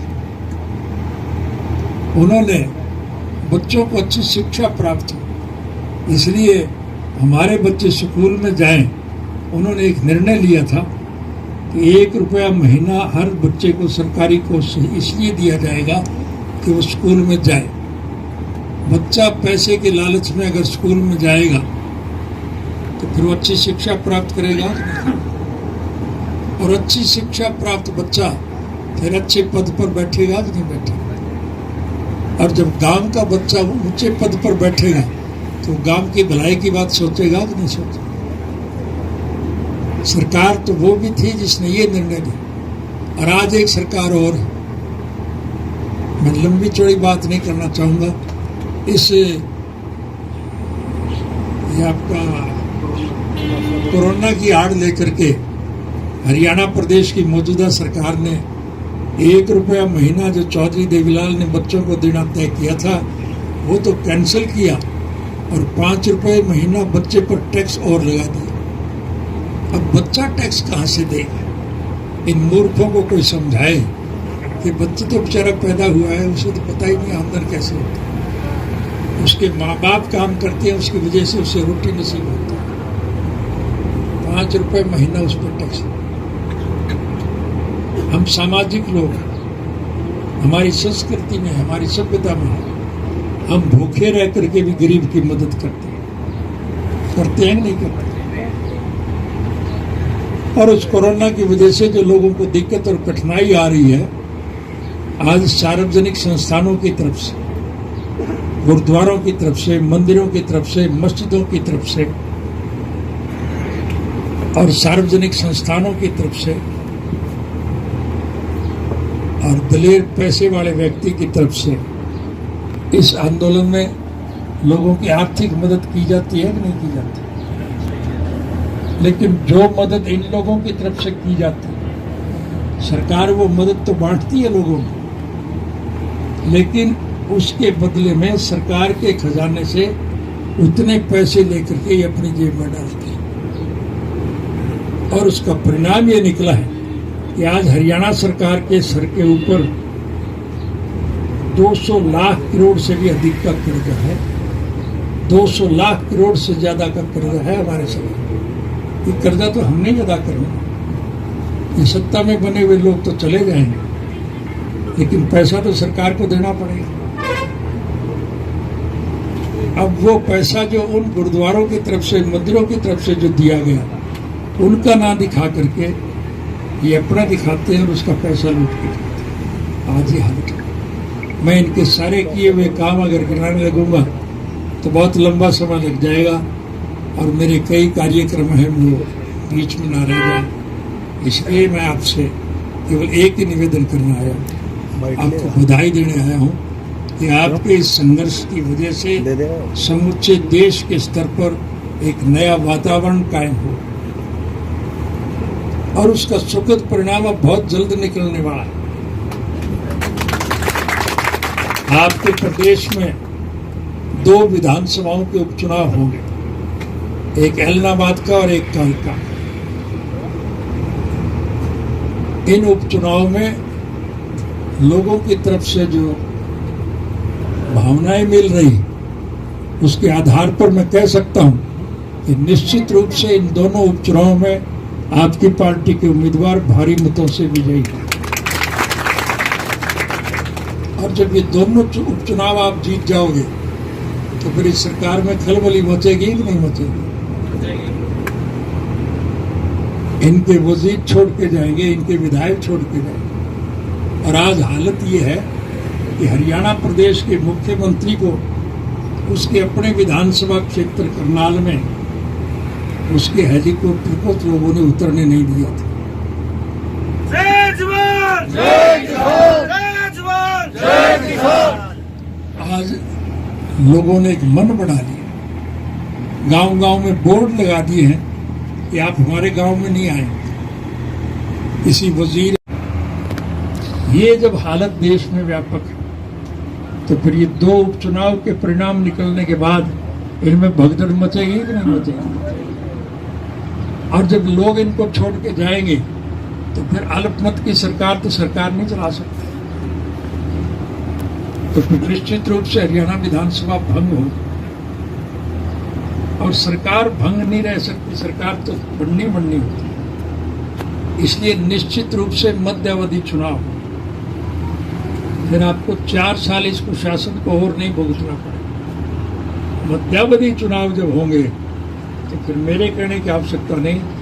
आज तो हरियाणा प्रदेश की दरो दीवार पे एक बात लिखी जा चुकी है, तो जब भी हरियाणा प्रदेश में चुनाव होंगे इंडियन नेशनल लोकदल पार्टी की सरकार बनेगी। ये असलियत है कि नहीं? ये मैं नहीं कह रहा हूं, आज तो विरोधी भी इस बात को मान करके चल रहे। इसलिए आपका ये जो संगठन है, इसकी वजह से हालात बने, तो मैं आपको पुनः बधाई देता हूं और आपको विश्वास दिलाता हूं कि आपके आंदोलन की वजह से आपको निश्चित रूप से सफलता मिलेगी। ये काले कानून जो हैं, इसके लिए हमें धरना और प्रदर्शन करने की आवश्यकता नहीं। सरकार बनने के बाद हम अपनी मन के हिसाब से कानून बनाएंगे। ये कानून अपने आप हम रद्द कर देंगे, आपको चिंता करने की जरूरत नहीं। इस सब के लिए मैं आपका फिर आभार व्यक्त करता हूँ और आपको मेरी बात पर यकीन करने की जरूरत नहीं। आज तो आम आदमी की ज़बान पे एक बात है, विरोधी भी ये मान के चल रहे हैं कि जब भी चुनाव होंगे आपकी पार्टी की सरकार बनेगी। और वो इसलिए है कि चुनी हुई सरकार की जिम्मेवारी होती है लोगों के जनहित के काम करना। हरियाणा प्रदेश के मौजूदा मुख्यमंत्री ने मुख्यमंत्री का पदभार संभालने के बाद एक घोषणा की थी कि मुख्यमंत्री निवास पर हमारी खिड़की पे आके जो कोई दरख्वास्त देगा हम उसका काम करेंगे। कही थी कि नहीं कही? मुझे एक दफा चंडीगढ़ जाने का मौका मिला और मैं किसी मित्र से मिलने जा रहा था और वो मित्र मेरे पास ही बैठे हैं, नफे सिंह जी की कोठी है वहाँ। इनसे मिलने के लिए जब मुझे जाना था तो वो सड़क मुख्यमंत्री निवास के आगे से जाती है। मैंने वो देखा, मुख्यमंत्री की खिड़की सुनी पड़ी, वहां पर कोई आदमी नहीं था। मैंने गाड़ी रोक करके लोगों से पूछा, भाई किसी के काम होते हैं? बताया कि नहीं होते। सरकार की जिम्मेवारी होती है लोगों के काम करना। हमने उस परंपरा को बदल दिया था। आपने जब हमारी सरकार बनाई थी तो लोग सरकार के चक्कर ना काटे, सरकार लोगों के पास आती थी कि नहीं आती थी? सरकार आपके द्वार कार्यक्रम के तहत मैं हरियाणा प्रदेश के एक एक गांव में हर साल जाता था कि नहीं जाता था? और गांव के लोगों की तरफ से जो मांग रखी जाती थी वो मांग हम हाथ की हाथ पूरी करते थे कि नहीं करते थे? हमारी सरकार के वक्त में हमने हर प्रकार की सुविधाएं प्रदान की थी, लेकिन जैसा अभी नफे सिंह जी ने बताया, मैं उसको दोहराना तो नहीं चाहता, लेकिन परिस्थितियां हमें बताना पड़ेगा कि हमारी सरकार के वक्त में 3206 बच्चों को शिक्षक बनने का एक अवसर मिला था और ये फैसला मुख्यमंत्री नहीं करता, बोर्ड करता है। लेकिन मेरे जुम्मे लगा करके कि ये गलत निर्णय मुख्यमंत्री ने लिया, तो उसकी वजह से मुझे 10 साल की सजा हुई, क्योंकि एक नालायक सुप्रिटेंडेंट पुलिस था हरियाणा, और उस नालायक सुप्रिटेंडेंट पुलिस का एक बेटा नालायक जज बन गया था, और उसके यहाँ मेरा केस था। कोई भी एक भी गवाही मेरे खिलाफ ऐसी नहीं थी कि हमने किसी को नौकरी देने के नाम पर 10 रुपए भी दिए। कोई शिकायत नहीं, बगैर किसी शहादत के, बगैर किसी गवाही के मुझे 10 वर्ष की सजा दी गई। और जिन बच्चों को हमने नौकरी दिलवाई थी उनकी प्रमोशन होगी, उनकी तो तरक्की होगी, और मैं अब भी सजा भुगत रहा हूं। और सजा पूरी होने के बाद भी मुझे ये छोड़ नहीं रहे। अस्पताल से भी रात के 12 बजे निकाल करके मुझे जेल भेज देते हैं। भला कब तक करेंगे? आज भी मैं पैरोल पे हूँ। अभी जैसा नपी सिंह जी ने बताया कि लोग डरते होंगे कि भाई बयान पता नहीं मेरे खिलाफ प्रेस के साथ ही किस किस्म की खबर छा, और वो अदालत में पेश करेंगे, वो भी यही कहेंगे कि ये तो राजनीतिक चर्चा करते हैं। करेंगे, मुझे कोई फर्क नहीं। मैं आपको वायदा दे करके जा रहा हूँ, की हुई बात को दोहराना मेरी आदत नहीं। नए सिरे से नया निर्णय लें, उसके लिए मैं आपसे एक निवेदन करने आया। अवसर आपको मिलेगा, सरकार बनाने का मौका है। सरकार आप बना दी, आपके सारे खोट में काट दूंगा मैं, थारी कोई कमी नहीं।